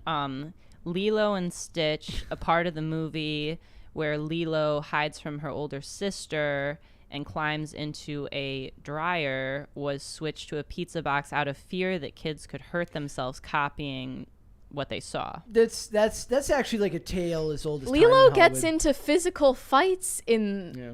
I feel like she fights other children. Are they just going to assume that children will imitate literally anything Yes. they see Yeah. on screen? Like, this Because is in very that case, you fictional need stuff. to like make a story about rainbows and unicorns, and I don't know, like what are you gonna do that isn't gonna depict Yeah, I any mean- violence whatsoever or anything objectionable? They did the same Ever. thing in the sequel to Teenage Mutant Ninja Turtles in the sequel to In the Secret of the Ooze, where basically they said the first one was too violent. So in the second one, like they never used their weapons. They literally use anything but weapons. There's a scene where like Michelangelo's like fighting a dude with like cold cuts because they wouldn't let them. Yeah, they wouldn't let them take the weapons out of the holster because they were afraid that the first movie was too violent and it would cause people to be bad people. Like kids they're turtles. Yes, they're turtles. It's like I mean, I video would've games imitated that as a causing kid. gun violence level of moral panic. Yep. Right. Yep. So the other funny one. We have not progressed at all since the 90s. One of my favorite. They talk about the Lion I'm glad I King. grew up in the 90s though, where We have regressed, if Yes. anything, since Well, the 90s. We are. I think it's a symptom of like raising your kids on a tablet. Like if you're gonna force Disney to be your parent, to be your kid's parent, Cocomelon. or Cocomelon to be your kid's parent, it's going to get stupider and stupider because they can't risk it, right? Like And then so- your kids are going to get stupider and stupider because say, hey, the tablet isn't raising my kid right. Yeah. it's so yeah, basically. it underestimates children's capacities to understand stories so much, because like if you think about other movies that are aimed at children like WALL-E, or think about like Grimm's fairy tales, like, or other traditional fables. These are all aimed at children, and they can be extremely terrifying and violent and dark stories. Yeah. Because children, on a fundamental level, understand maybe more than anyone the danger that exists in the world because they know how helpless they are without protection from adults. You know what? One Right. of my favorite movies as a kid that I think kind of got like, I don't know, canceled a little bit was Coraline? the is it the Black Cauldron or the Magic Cauldron? I'm not sure. It's this I don't old. know. It was like deemed as too scary, but Yeah. So I'll send you that one eventually. The other funny I don't one know whatever here- happened in that movie. the other funny one here is The Lion King isn't immune, where the basically. Thank Thank you. you guys. Woo! The Lion King isn't immune from having bits removed after parents thought that they saw a rude word in the film. There's a bit where Oh. Simba bats a bit of dust around, and if you squint really hard, it looks like a 3-letter word beginning with S. I remember when there was Okay. a series of this stuff going around, like Okay, that's literally Aladdin. just creepy adult pareidolia. Right. I remember they well, I don't know if it is totally paranoia because I No, I saw, pareidolia. It's Oh, they're, oh. they're seeing something that isn't there. I disagree. I think that It does not say. maybe not that, but I've seen other things like in the same movie. There was a scene of like people saw the same thing that they like spelled out sex with. yes, in the sky with leaves? sand or No, that- something. that's in what- Aladdin. that's what Oh, I'm and ta- another movie aside from The Lion King? I think still in The Lion King, That's just in the sky, right? There was an Aladdin one too. in Aladdin. I've heard Yeah. a bunch of different and things I about think Aladdin. there was like, I mean, I just It I doesn't can't. mean you change it. No, it doesn't No. mean you change it. But There's- I wait. understand the and am sympathetic to the moral panic about Disney that was more prevalent in the 90s and the 2000s. What about the topless woman on screen in The Rescuers? That What? one I wasn't. That was not one that I was. I've familiar heard with. about that Yeah. before in some video on this topic, but I never saw it, and it sounds like it was recalled, and I don't know if that was like very clear or seemingly that way. But I wonder if some of the stuff is like editors seeing what they can get away with putting in there, Because or I think it's if some of funny. it is like what Brett was saying, like you think you saw something It's and just blew it up. and the other one, like you said, the Me Too one is it's literally like they're poking fun at themselves in a self-referential way, and then it gets removed, which then allows them to keep behaving that way. Right. Like It's like, no, we can't talk about that. It's a weirdly like waspy, repressed yeah, way to go about humor. What are they saying this word even is? Because I can't see it. they're saying that spells sex. This is totally unrelated, but on the note of like children's movies that are weirdly terrifying, The Brave Little Toaster. Oh yeah. That was so The Black scary to me Cauldron for some reason. makes that look like kiddie stuff. Really? That was another one of my favorite ones. I was though, also Brave Little terrified of the Toaster. Goonies. Why? I don't know. I just was like so scared What when I part? watched that. I'd have to go back and rewatch it, but like, I don't know. Did they really Maybe- think that kids were going to get into like they were going to get into the dryer and then lock themselves But in? Lilo beats other little girls up. Well, that's fine. That's fine as long as you don't lock yourself. You can throw down on the playground, but stay out of the washing I machine. mean, you can't lock yourself in a dryer. It doesn't. A washing machine different, but. Well, actually, I don't feel Have you like- tried? What do I know? Have you No. tested it out? Let's go No. downstairs and We're see. gonna have to Just check kidding. check this out. At least the kid, claustrophobic. Yeah, at public least- service announcement: don't put your kid in a dryer. I already know the comments about washing machines that we're gonna get from Bad App Help now. me, Steph. Oh, Help me, Steph, setting bro. them up. No. Come on, Carter. Think. Oops. Help me, step bro. That's what they're going to say. Also, I want to point out this really quick about Disney. Disney is pondering doing their own version of Amazon Prime, and I They was want to consume your entire Disney life. Prime. And considering we have chat from somebody who says closet Disney nerd today, Disney has a very hardcore fan base of people that Like love cringy millennials. I attribute it. It's the wine aunts. It's wine moms and wine aunts that go there and they're like, oh my god. It's not even the wine aunts. It's the dog moms. I Disney- have an irrational dislike for the term. It's dog the millennials parents. who call dogs doggos. I'm fine with that. Ugh. Just don't call it your child and don't dress it up. I have a fur baby. Fur babies. I can My favorite. understand though how it's very nostalgic to people, and they Yes. like Yeah. doing the Disney World or Disneyland. Nostalgia thing. is one thing, but like considering it a lifestyle and like a cult to be a Yeah. part of There's is people totally who make different. a whole living off of Isn't- just being Disney influencers. Am I wrong? Is there a neighborhood in development that is like literally a Disney owned? Pretty sure it's already been lived in. It's I read already, some kind like, of story where they in had use? like there was like a murder that happened in the neighborhood. It was. I'd have to look. Was this this, like, It's back like up. somehow Associated with Disney affiliated World? with the Disney parks. Yeah, I think they made And a then neighborhood. it's like meant for permanent residents. Right. If you want to live in Disney World and like have You like just that want to be like Truman Show experience. extended adolescence literally forever. Yeah. Disney, with its theme parks, resorts, merchandise, streaming, and more, could create a program that would make it worthwhile for heavy users of its offerings to enlist. The move continues a recent focus for the company to increase revenue, strategies that already have manifested at the theme parks and in companies' various streaming services. It's there's whole channels dedicated to just covering Disney park news, whole channels connected to talking about just Disney marketing and merchandising. But it is interesting of the idea of like when I get the reason I have Amazon Prime, even if I have to accept that Jeff Bezos is about to ruin Lord of the Rings, is that you have a huge variety of stuff to choose from. I don't have to But buy you also Amazon. said it's the illusion of choice. It is well, and but it's not a bunch the of different reality. brands all in one place. Yeah. It's basically so that I don't have to go to another person's website and and click on their website and then find my way to their cart. You can use the same cart for everything. I don't know if there's enough stuff from Disney that the average person is going to find that beneficial. The neighborhood thing you're talking about, I could be remembering this off, but are you guys familiar with Defunctland? No. It's like a YouTube channel that talks about yes, like, yes, different yeah. amusement park He stuff. got in big trouble, right? Did he? At Disney. I haven't watched it in a long time, but I think he did a video about like the attempt to make a neighborhood Yeah. for And Disney it failed, people. or are people living there? Well, the channel's Defunctland, so See, yeah, it I'd have sounds to like it didn't I'd have to work refresh out. my memory. So If yes. it's true It that there doesn't was sound- a murder, like So you're saying, what I was Murder? listening to Sounds Mr. like a Mr. Ballin. Ballin episode. No, I was listening to Mr. Ballin, and he covered the story about this family that like moved in there, and then the dad like had an affair, and then somehow everyone ended Wow. up dead. I love I don't Mr. know. Ballin. I'm not Dude, sure I'm the addicted. one that I'm talking about ever like really came to be. I don't know.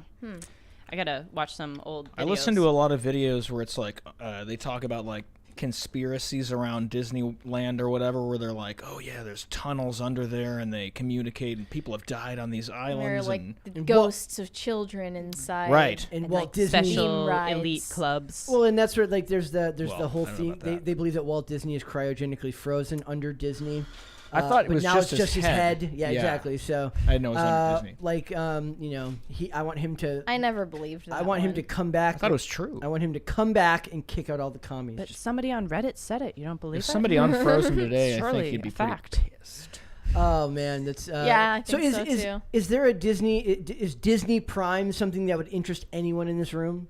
No. Not me, No? but I think that a lot of people would be into it. I guess it would In this depend room? on. No, not in this room. I mean, like just you're saying, there's so many people who are so hardcore Disney fans There's- that they'll spend money on any of it. they We just- saw what was it, like a $5,000 Star Wars, like Disney Star Wars themed cocktail that they sell on one of their cruise ships. There are What? people who have too much money to even know what to do Where do with. these people- That's what that's for. I thought we were living in like in a generation of people who are like displaced, can't afford homes. I and can't- think with like that generation, it's either you have way too much disposable income or like not enough to have a family. Right. So they're like, I can't afford a family, I can't afford a house, but I can certainly buy a $5,000 Disney cocktail. Well, it's just The split the- bifurcation yeah. between those two camps was like way too big. And no That's gray I area. think what the real problem And is. in Right. a lot of the videos that I'm seeing talk about how Disney is like they're increasing their prices are going up so much because they don't want the plebs to come there. Yeah. They only want rich Because people there. they're like, there are too many videos of people fighting in our theme parks. We Could kind you of guys- need a new Could target you guys audience. stop beating the crap out of each Yeah, other? it's in, funny, I in saw that always video in twice. Toontown every freaking time. Something about Toontown just sets them off. Nothing like some cartoons to You need get to you real study that. pissed and ready to throw down the fight. I would never want to. If they did a Disney one, it would have to be something funny where it's just like I want to see a Disney Town where it's just the executives. It's like Goofy, but it's a big studio executive running around. They have to make animatronic studio executives, or like Kevin Feige. There's a big like Mickey Mouse version of Kevin Feige walking around telling you secrets to Marvel movies. Or Or something. Walt Maybe Disney's it's the frozen animatronics head. that are like freaking people out.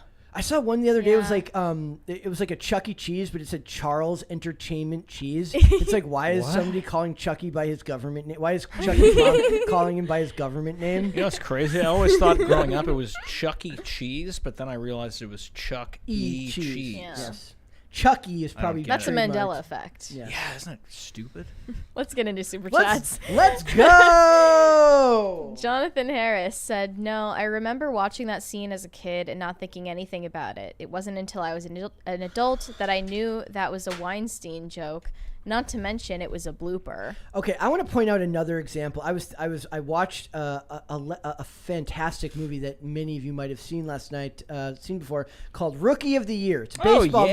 movie. Okay, there is a funny bit where the lead character's mom has this creepy affection for one of his friends, where she's always like, "Hi, so and so. Hi, Clark," and the kid's like 12. I do and remember it's that. Very like.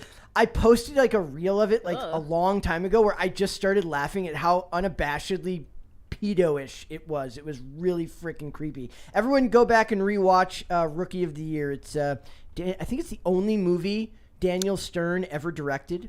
Whew. What? Oh, I just Googled Rookie of the Year mom creep, and I got What? a YouTube video here. No, I wouldn't have Creep. looked up Well, Rookie I'm of the Year curious. mom creep on the Wi-Fi. I would have done that on your plan. Okay. You got to get Virtual Shield before you start looking up mom creep. Man, maybe we can get it we can get a sponsorship from Virtual Shield one day and be like, and if you're gonna look up stuff like Rookie of the Year mom creep, Did you ever watch that movie Kid in King Arthur's Court? yes. That was a great movie. Yeah. That was like one of the only other movies that guy's been in, I feel like. Who? Oh, the kid. Yeah. Yeah. That he's a musician now. He is. The kid from that movie's a musician now. What's the name of his band? He's What's it's his like name? Indie rock. Okay. He's got like a 3-part name, like every kid from that age. You had to have a 3-part name. Rolando A. Ramirez said, "A kid would go, 'Oh, that's so nice of him.'" Yeah. Yeah, exactly. Well, he's gonna get him a part in the movie. That's so kind of him. Why? I mean, I'm sure that's what they thought Weinstein was doing. He's like, just come here, sit on my lap, and I will get you a part in this movie. And they're like, fine. Like, well, they are twins, you know. Yeah, he just wants to help them. He's like, Casting he calls wants for to it's very help hard to them. find. He wants to help them build generational wealth for no reciprocal behavior at all. I'm sure. Just a little reciprocal behavior. Johnny Derp said, "How long before they edit all the adult humor from Animaniacs?" Yep. Hello, nurse. You're not going to be allowed. There's people post stuff like that all the time of like, it's like old Johnny Bravo stuff that like absolutely would not fly today, where it's like she like locks him into like a chains and basically assaults him. Jeez. What? I'll send it to you later. Hobbit said, "Hey babe, want to come back to my place and sign?" You want to come back and make a contract? I got a fantastic non-disclosure for you. Bad app, I'm not reading that. Hobbit said, "Netflix and sign." So, like, I'm saying like, and then like, I need to stop reading bad apps. here's comments. the- I can't handle them. here's the problem though. In 10 years, there's going to be women who are going to be like, and I thought he just wanted me to come back and sign a piece of paper. I had no idea. Yeah. Like I thought he meant sign language. I thought he was going to teach me American Sign Language. I can't believe that's actually. You said it's an app, There's Wait, an what? app. like a consent signing app. There's Oh a yeah, I consent didn't signing know. Brett knew. Yep. Oh, At the end of the jeez. day, it means nothing. Yeah. Like, Yeah, I think it was mostly I like a think- joke. I think that's a 'cause- bigger red flag if you have to sign a paper. well, because then it's like, okay, so what does this mean? Like, after we sign this, anything can happen? Like, How do you just lack an understanding of social cues to that degree? you didn't it's actually maybe insane. didn't learn them growing up. Or there's But it's something you don't They're need taking to all this stuff out of learn. It's TV just being shows and- human. Yeah. guy comes in. He's got like a little needle, and he's like, "We do blood oaths here," and like you have to sign with with a thumb, with your thumb in blood. Yeah, if your boyfriend does that, run. It's Army Hammer. Also, I want to point out that part of this problem is the joke we make now, the jokes we've made out of the term red flag. Like we literally make Yeah. jokes out of it. It's like when I see all his red flags, and it shows like a girl like running through a bunch of red flags, like right to the. we've turned it into a joke in our culture. Thank you. Yeah. Right. Closet Disney Nerd said, always buy hard copies of movies or TV shows you love. Nothing is safe from Big Brother on the internet. Nope, that's we champion that a lot here. That's something that I've actually unfortunately stopped doing as much of as I used to. I left most of my collection in Minnesota, but I should probably start rebuying stuff again. If something disappears, just go scour your local like thrift DVD store. Thrift stores and even like pawn shops are a good place to find seasoned DVDs for reasonable prices. You get nothing if you sell them. They're like, we're going to sell this for $15. But we'll you give you $1. You also pay hardly nothing to get yes. them. Yep. Hobbit said, is my contract big enough? Did you read the fine print? Jonathan Harris said, I'm gonna hot coffee mod all my kids' movies now. I don't know what that means. What does that mean? I don't know. It's not the I'm not size gonna of the look it up, contract, though. it's the way it's written. So true. Sorry, that was late. There you go. Lawyer Pervert. humor. Rascal King said, from the depths of Google data center hell, I am the Rascal King. With at least 15 exclamation marks. Oh, much more than that. Thank you, Rascal King. Ernest goes to 4chan. Jonathan Harris said, I'm just glad the Modern Warfare 2 remastered campaign didn't get rid of No Russian. Russia is always the bad guy now in everything. That's the only people you're allowed to make bad guys now. Halls and the Kid said, at the game studio, we hid donuts inside the geometry of cop cars. The only way you'd ever see it is if you glitched the camera through the model. That's incredible. That's funny. Closet Disney Nerd said, adults are the ones who imitate what they see on television. Yep. People treat their lives like a reality TV show rather than just reality. I have a I would tell people, like, I have a habit, like when I was younger, where I would, if I was walking, I would just randomly start walking in like 120 frames a second. Or I start walking slowly as if the camera just ramped the speed down. Wait, what? Like, imagine you're walking at a regular pace, and like a cool part of a song comes on in your headphones. You start walking much slower, as if you were. I found out, like, I used to do elliptical stuff, and I found out like 135 is like my perfect jog beat. So I made like a playlist to like hit like. That's incredible. And I was like, I should make this an app or something to where you can choose your BPM to like what speed you run to. That's actually a really good idea. I think somebody did it. No. I've had a lot of ideas like that though. My dad, when I was young, built these, like, he took like two pieces of tile, like long tile, and built this thing so that you can, like, as if you're like faux skating, push left, push right to help you get better feet under you for like hockey, not for rollerblading. But you're like in place? Yeah, but you're in place. He made that like 25 years ago, and those are like a gazillion-dollar industry now. Like, wow. You should have. So if you have an idea, do it. Do it. Because there's nothing more annoying when someone's like, I thought of that like 15 years ago. I'm like, yeah, but then you didn't do all of the other steps that come with like actually and there's a lot of them. fulfilling your dream. Center Conservative Mom 98 said, Don Bluth Studios is far superior to Disney. I'm actually... They did the All Dogs Go to Heaven, which is another children's movie that scared the life out of me. Who made Homeward Bound? I think that was Touchstone. All Dogs Go to Heaven, like, literally made me sick to my stomach. Really? How like, scary I found that movie. I don't know why. I have no idea why. Sheltered Mary. I know people love Land Before Time. Yep. I love Land I Before think Time. that was, I've like, never not seen it. really for my generation, though. Yeah, that was my generation, my It's a older sweet siblings' movie. generation. Well, there's a whole... Is that like a thing? You know, there's like the thing in music where people are like, I was born in the wrong generation because I like listened to Pink Floyd. It's like, is there And like... I would be like, I was born in the wrong generation because I like A Land Before Time. Yes, it's your own version of it. Bad App, I'm not reading that. Where is this? My favorite part of not reading Bad Apps is that your tone never changes. You never get angrier or happier or... I'm not angry. I'm just disappointed. Oh my God. You're like, I think you actually Hey. become a mom when you say that. Like, just by saying it, you're now a mom somehow.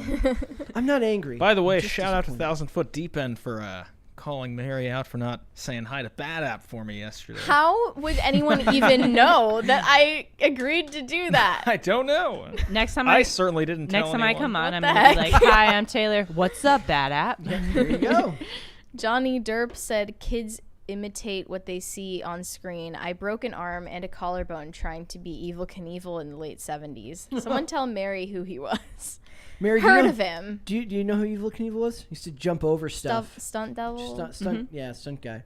Yeah. So there's a great Dave Chappelle bit where he talks about how he's like, I'm like Evel Knievel. I get paid for the attempt. He's like, he had a comedy special that bombed. He's like, yeah. Yep. Bobcat said most theme parks have company towns where they house their employees close to the park. Some have private roads even. That's so dystopian. Thank you. Thank you. Woo! Parties. We love you Crisis guys. Party. Just 10 more and or no. Nope. How many? 12 13? more. 12 more? 12 more. It's never gonna 12. happen. Let's- I'm gonna fight back at this. If I have to dye my hair blonde, I'm gonna be very, very.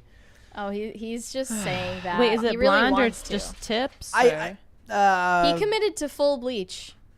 whatever doesn't ruin my hair because it's you getting. guys, It's will- gonna ruin it You no matter guys will what. look like brother and sister.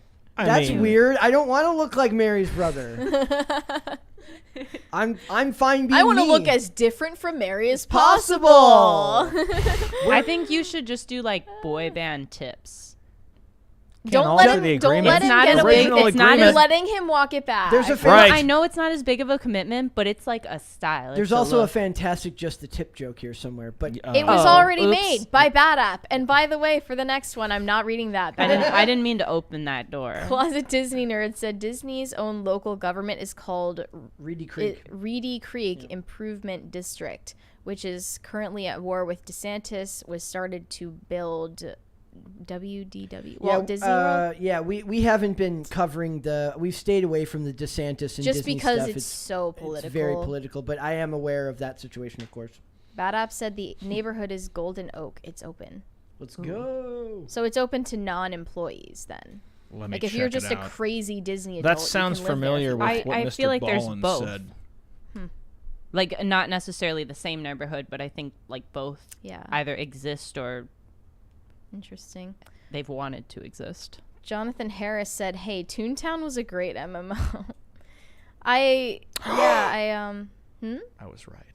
You were right. I typed in murder at Golden Oak, and it says man confesses to killing my wife, gosh. 3 kids and a dog, and a Florida 3 home. kids Yeah. and the dog. And of course, we're in a society now that would be Whoa. like, they can't believe he killed the dog. That's the Well, of society we live in course. now. Don't quote me on that. I'm just reading the news. That's sad. Don't shoot the messenger.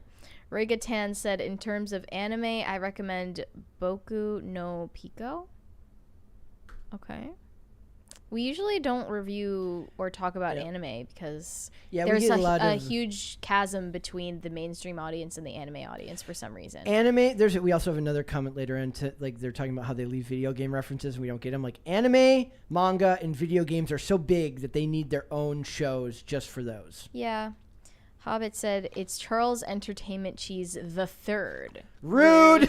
Is that really his middle I name? have no idea. Yes, it is. So Chuck E. Cheese, the Entertainment. E stands for entertainment. Oh. Incredible. Closet Disney Nerd said the Disney company is in its current state is a disgrace. Walt is turning in his I was gonna say that non-cryogenic too. grave. But if it was cryogenic, it would be cool if he could come back and just like it's reverse McCarthyism now Make us anyway. freeze So to he's like, death. what's going on? This is hell. 1,000 Foot Deep End said a kid in King Arthur's court is what I will always remember Daniel Craig for first. Daniel Bobcat Craig. said, I've got the best non-disclosure agreement. Everyone agrees. That's what they tell me. Everyone agrees. That's what they tell Everyone me. agrees. Matt said, isn't sending Mary the Bravo clip later harassment? Probably, yeah. Maybe I shouldn't send her the Johnny Bravo clip. Yeah, I'll. Is that harassment? It's you have to be very careful these days. You never know what's going to amount to some type of harassment. Blue Heart said Coach Carter is Carter's alter ego. That's you. Is it? I also want I've to. never been a coach, but I also want to point out that like we are in an age now where me and Mary joke all the time about like what will be said when we're eventually deposed for what we're talking about here. Like It's going to be because of me because I'm the Fed, because right? Mary is the Fed and it's very clear that my hope is that she spares me when it all comes crashing down. But we'll have to wait and see. You'll have to be on my good side. Let's hope. Jonathan Harris Dye said, your hair my color or you're going to jail. That's what she said. Jonathan Harris said, Carter, the purpose of signing was to not get falsely accused of our word should anyone have any regrets. Yes, Jonathan, I understand that. But the problem is, the problem is though, it's like you could be like, if you can revoke consent just on the basis of like, I just kind of regretted doing it, and he was so like they're like, he's a musician, he's so powerful. It's like, what if she's like, he was just so charming and intelligent, and I felt such an allure to him. The power dynamic was it was insufferable. I couldn't take it anymore. He was just so kind, and at the end of the day, a contract is. I mean, you can always challenge that. Coming from like I'm not a lawyer, but both my siblings are. And that's what they've told me. So, Yvonne Ortiz said South Park had a gag where Stan's dad was in a PC college house, and in the morning after partying, the head of the house walked around and asked all the guys for their consent forms from last night. That's the world we live in now. And remember, if you're a college age dude and you're out partying with girls and you're both drinking, you're still responsible for what happens. It scares me how much our world has turned into a South Park episode sometimes. Every day. Right? Every day. I'm not here to talk about my transition. Jonathan Harris said, That one's a little bit too close to home for me. Okay. Yeah. Fair enough. buy and rip R.I.P. DVDs and put on Plex server. Okay.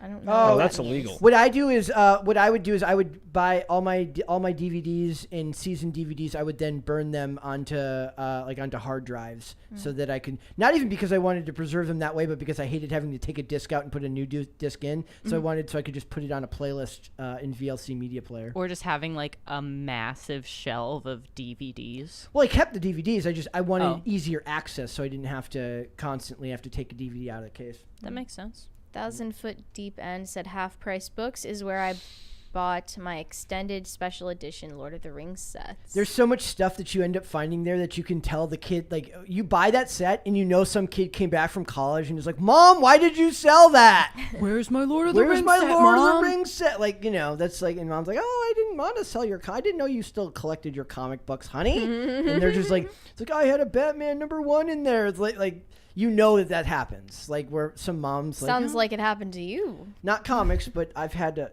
maybe. Okay. We won't touch We any won't of go your there. stuff. We won't go there. Not today. That's the next session. I did have a Ken Griffey Jr. rookie card that got like thrown away. Aw. Like, she's like, you had a shoebox full of cards. I'm like, it was in literally, it was in glass. It was like framed in glass. Why would you throw something away that's framed in glass? Michael Knipp said, y'all be missing all the video game jokes references. Have Tim hit me up about Timcast video game content. Trust me, we've got that covered. They're working on that right now, I believe. Yep. We do not need you. But, well, send it to pitches at Timcast, though. We, as Jonathan Harris. The company's is doing it, not us, not me, the company. Jonathan Harris said the hot coffee mod was a mod in GTA that unlocked special activities that were removed from the final release but left on disc. Yeah, see, there you go. What does it have to do with hot coffee? I presume like pouring it on somebody?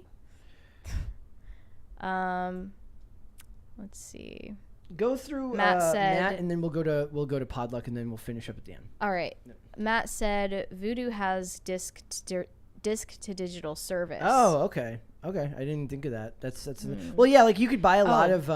One of these comments further down talks about the hot coffee mod. Yeah. Explains it. All right. We're going to move on. Okay. We're going to do Podluck, and we will keep answering those once we get to the end. So this was originally going to be kind of a womp, womp, womp, but it's actually more of like this is kind of sus, as the kids. That's what the kids say, right? Sussy. House of Dragon showrunner quits after premiere. This is quite shocking. The show had a very strong premiere and even had the ratings go up from week 1 to week 2 for the Game of Thrones prequel. So it says the network told the Post Wednesday that I don't know how to pronounce his name. If it's Sapochnik, That I'm going to say that and hope to goodness that that's correct. I apologize if I'm wrong. Well, no one's going to correct who you. also worked on Game of Thrones, has entered into a first-look deal with HBO to develop new projects. He will remain as an executive producer on The House of the Dragon, which just got the green light for a second season. Based on the George R.R. Martin book, Fire and Blood, Dragon is set to about 200 years, blah, blah, blah. It says, working within the Thrones universe for the past few years has been an honor and a privilege, especially spending the last two with this amazing cast and crew of House of the Dragon. I am so proud of what we accomplished with season 1 and am overjoyed and enthusiastic of our. Oh, he says, I am overjoyed by the enthusiastic reaction of our viewers, which sounds like. This is definitely a sussy. It's a red flag. It's even a super red flag. He should sign a contract. Oh, he did sign a contract. He did sign something. I mean, yeah. Earlier you were saying it sounds like difference of creative direction. Yep. Which always just means that they are planning on having it deteriorate plot-wise into the second season, which happens all too often. And everyone is talking about this big showdown of the performance between Rings of Power and House of the Dragon, and which one is gonna win out the most viewers. Well, given what we're gonna show people, find at the myself end here, hoping that both will fail. Given the thing we're going to show them at the end there from Lord of the Rings, I have a feeling that Game of Thrones ends up winning. Yeah, I mean, maybe since Game of Thrones had like a more recently grown fan base than any of the Tolkien books or films, that it was set up for success more so. Yeah. But also, I think that Rings of Power is just going to be laughably bad in comparison. And so far, House of the Dragon is getting a positive reaction. It was incredibly tough to decide to move on, but I know that it's the right choice for me, personally and professionally, he continued. As I hate how PR everything is. Even the response to the misconduct allegations we were reading earlier. Like, that's not you. Every time you didn't write that. Every time we talk about this stuff, it's like nobody ever sounds like an actual human being. No, everyone is like a customer service AI. To the point where, like, whenever I have to read a quote that is something that's not prepared, I can't do it because they're talking like an actual person. And the sentence structure is actually a bit haphazard, the way people actually talk. Everything else we read just sounds like an AI wrote the. Maybe it's the same guy who's like runs that FN Mecha rap AI program. Also has like a side gig, has a side hustle as like a PR person for these Hollywood people. Maybe it's like in development. It is suspect that he's moving on, but he's staying with HBO. So maybe it's not purely managerial. Mm-hmm. But we will see what that goes. And I also, before we go, guys, I do want to talk about Leonardo DiCaprio. Let's.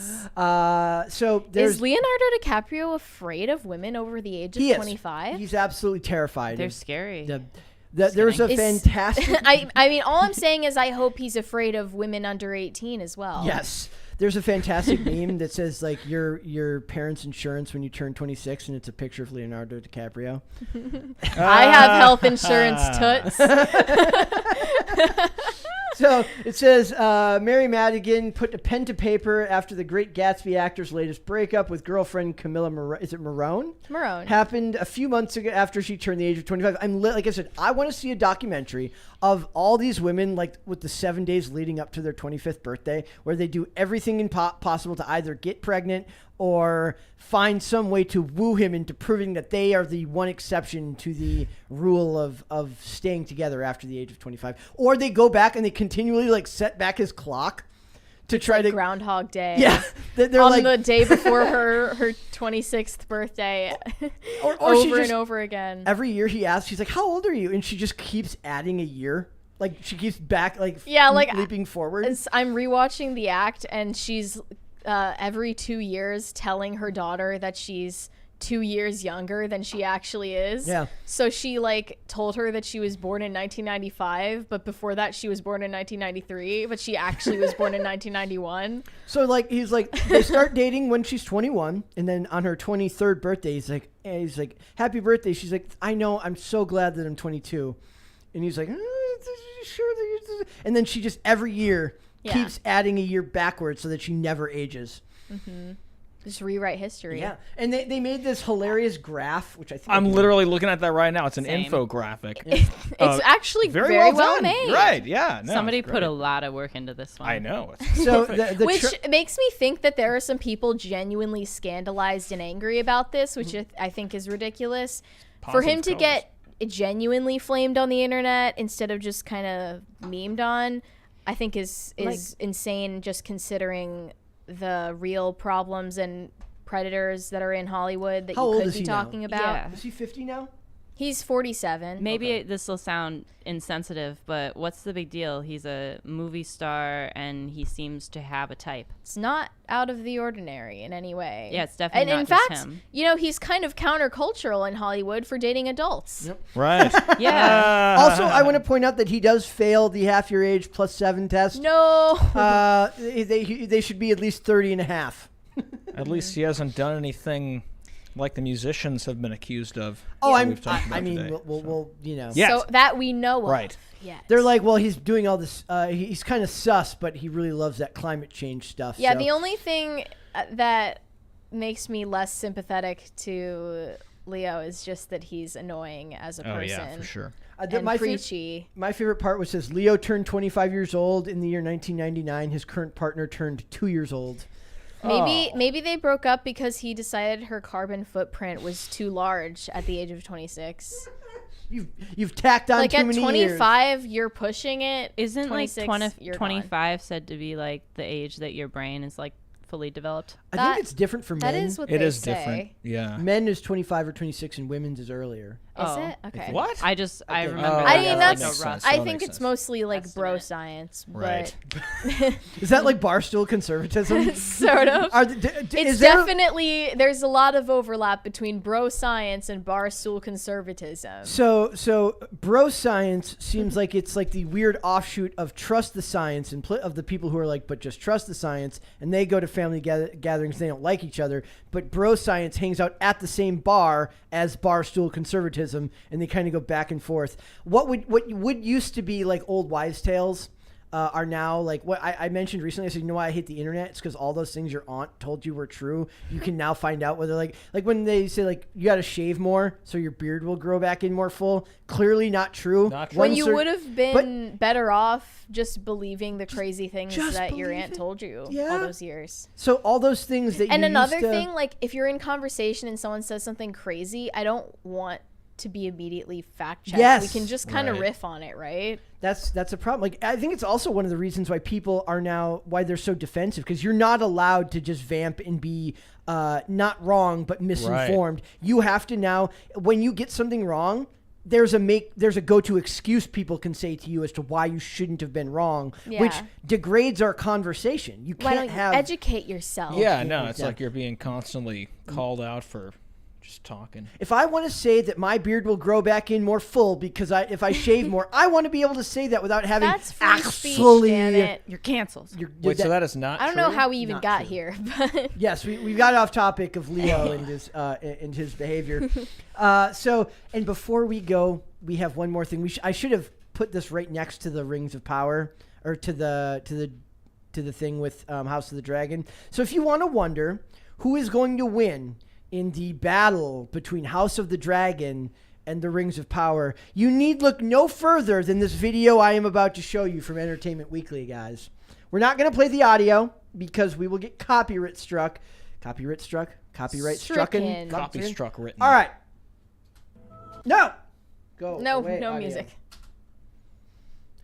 Boom, boom, boom, boom, This boom, is what boom. this is what $750 million gets you.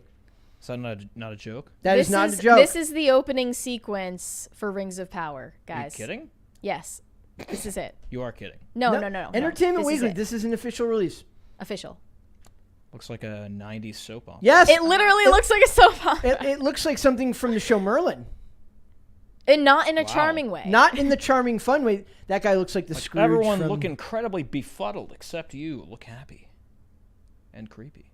That is... So, guys, get ready because it is going to be a frickin' dumpster fire. I can't... I'm so excited to hate watch it. Wow. 2-episode premiere. Gotta watch one tonight, one in the morning. I'm gonna be like, there would be a great time lapse of me trying to watch it as like I start to cry because I can't get through it because I'm just like, this is so stupid. Or it's gonna be funnier This is if why I we end need up, to live react to things. or it's gonna be funnier if I end up actually liking it and then I have to like pretend that I don't. I'm like, yeah, that was awful, but secretly That's I'm gonna like, be rewatching the it on my phone. schism that Yeah. will end this show for Yes. good. I am vehemently against the concept that that you're not allowed to like something just because. No, I watched yeah. a thing the other day, like Angry Joe, liked She-Hulk, and like people were reacting to the fact that, but he would get mad at people who got mad at him for liking She-Hulk. If you like something that other people don't like, that's fine. Like, you don't have to like all the same things. A lot of No. people give me crap in the chat about like the movies that I suggest, but a lot of times I'm suggesting them because I know nobody else will like them but me. I understand that, and that's okay. But yeah, it just says, apparently this is the intro to the new Lord of the Rings series. This is what $750 million gets you. Tolkien is literally rolling over. Just absolutely insane. He's rolling right next to Walt Disney, and they're both rolling over in their graves.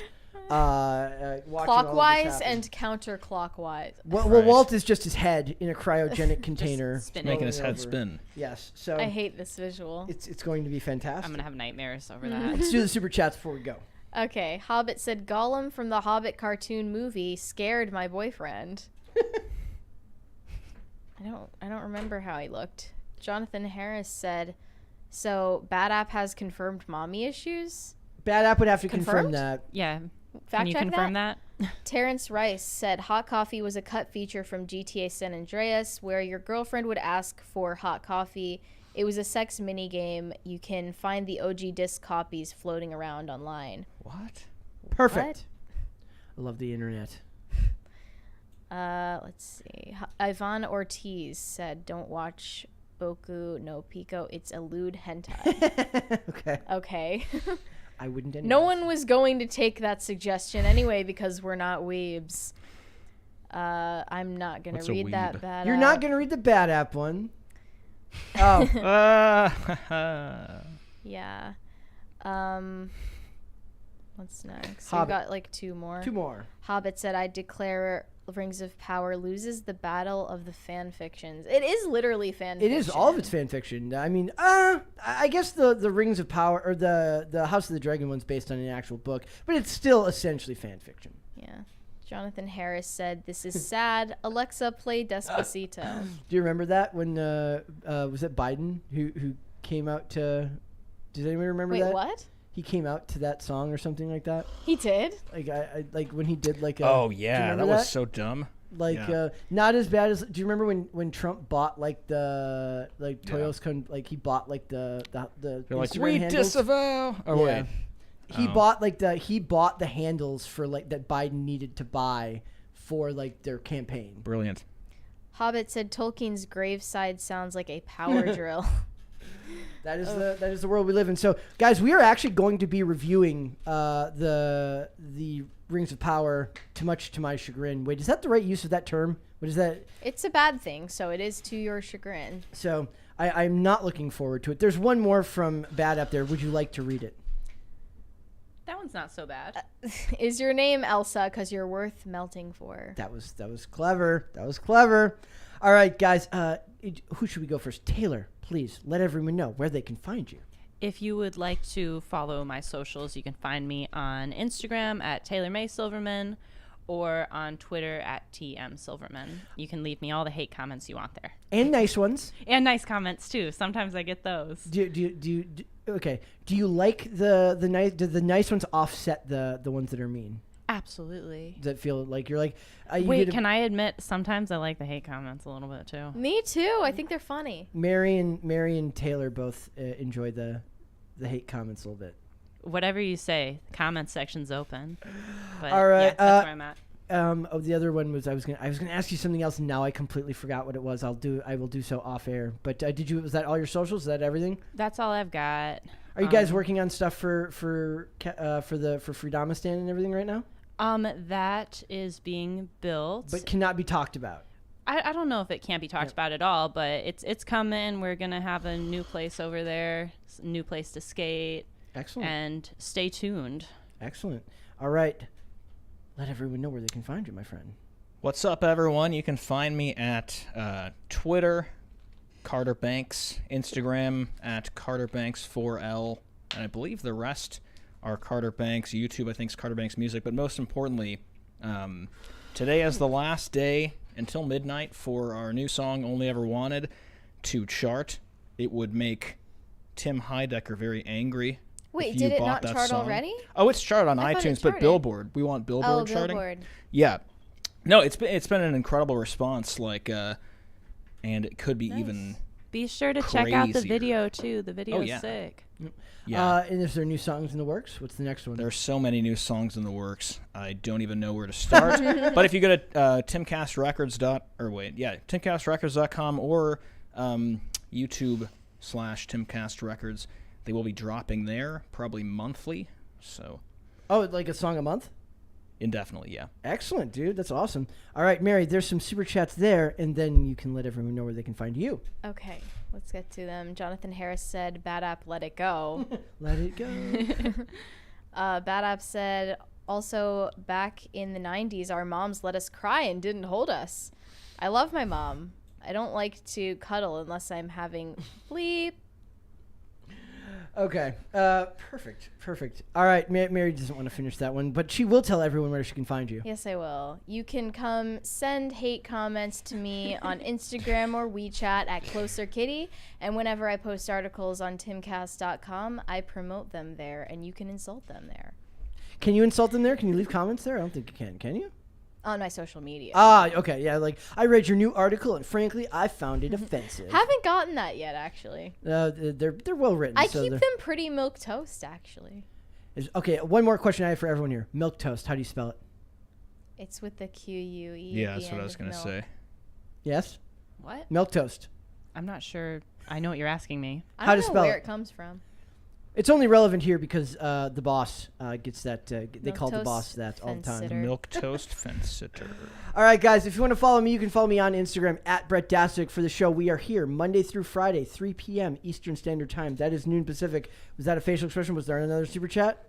Okay. No. 3 p.m. Eastern Standard Time. That is noon Pacific. If you would rather listen rather than watch, we are on Amazon Music, Apple Podcasts, Pandora, Spotify, all those places where you can find fantastic podcasts like ours. Social media, Twitter at popculture_show, Facebook and TikTok at popculturecrisis, and on Instagram at popculturecrisispod. We will be back with another episode tomorrow. We'll see you then, guys. See you Bye. guys. Bye. And I got one more, and I'm Oh. not reading that one bad app. Sorry. Oh, he's still waiting for his WeChat invite. We will see you guys tomorrow. Later. Later, guys. Bye.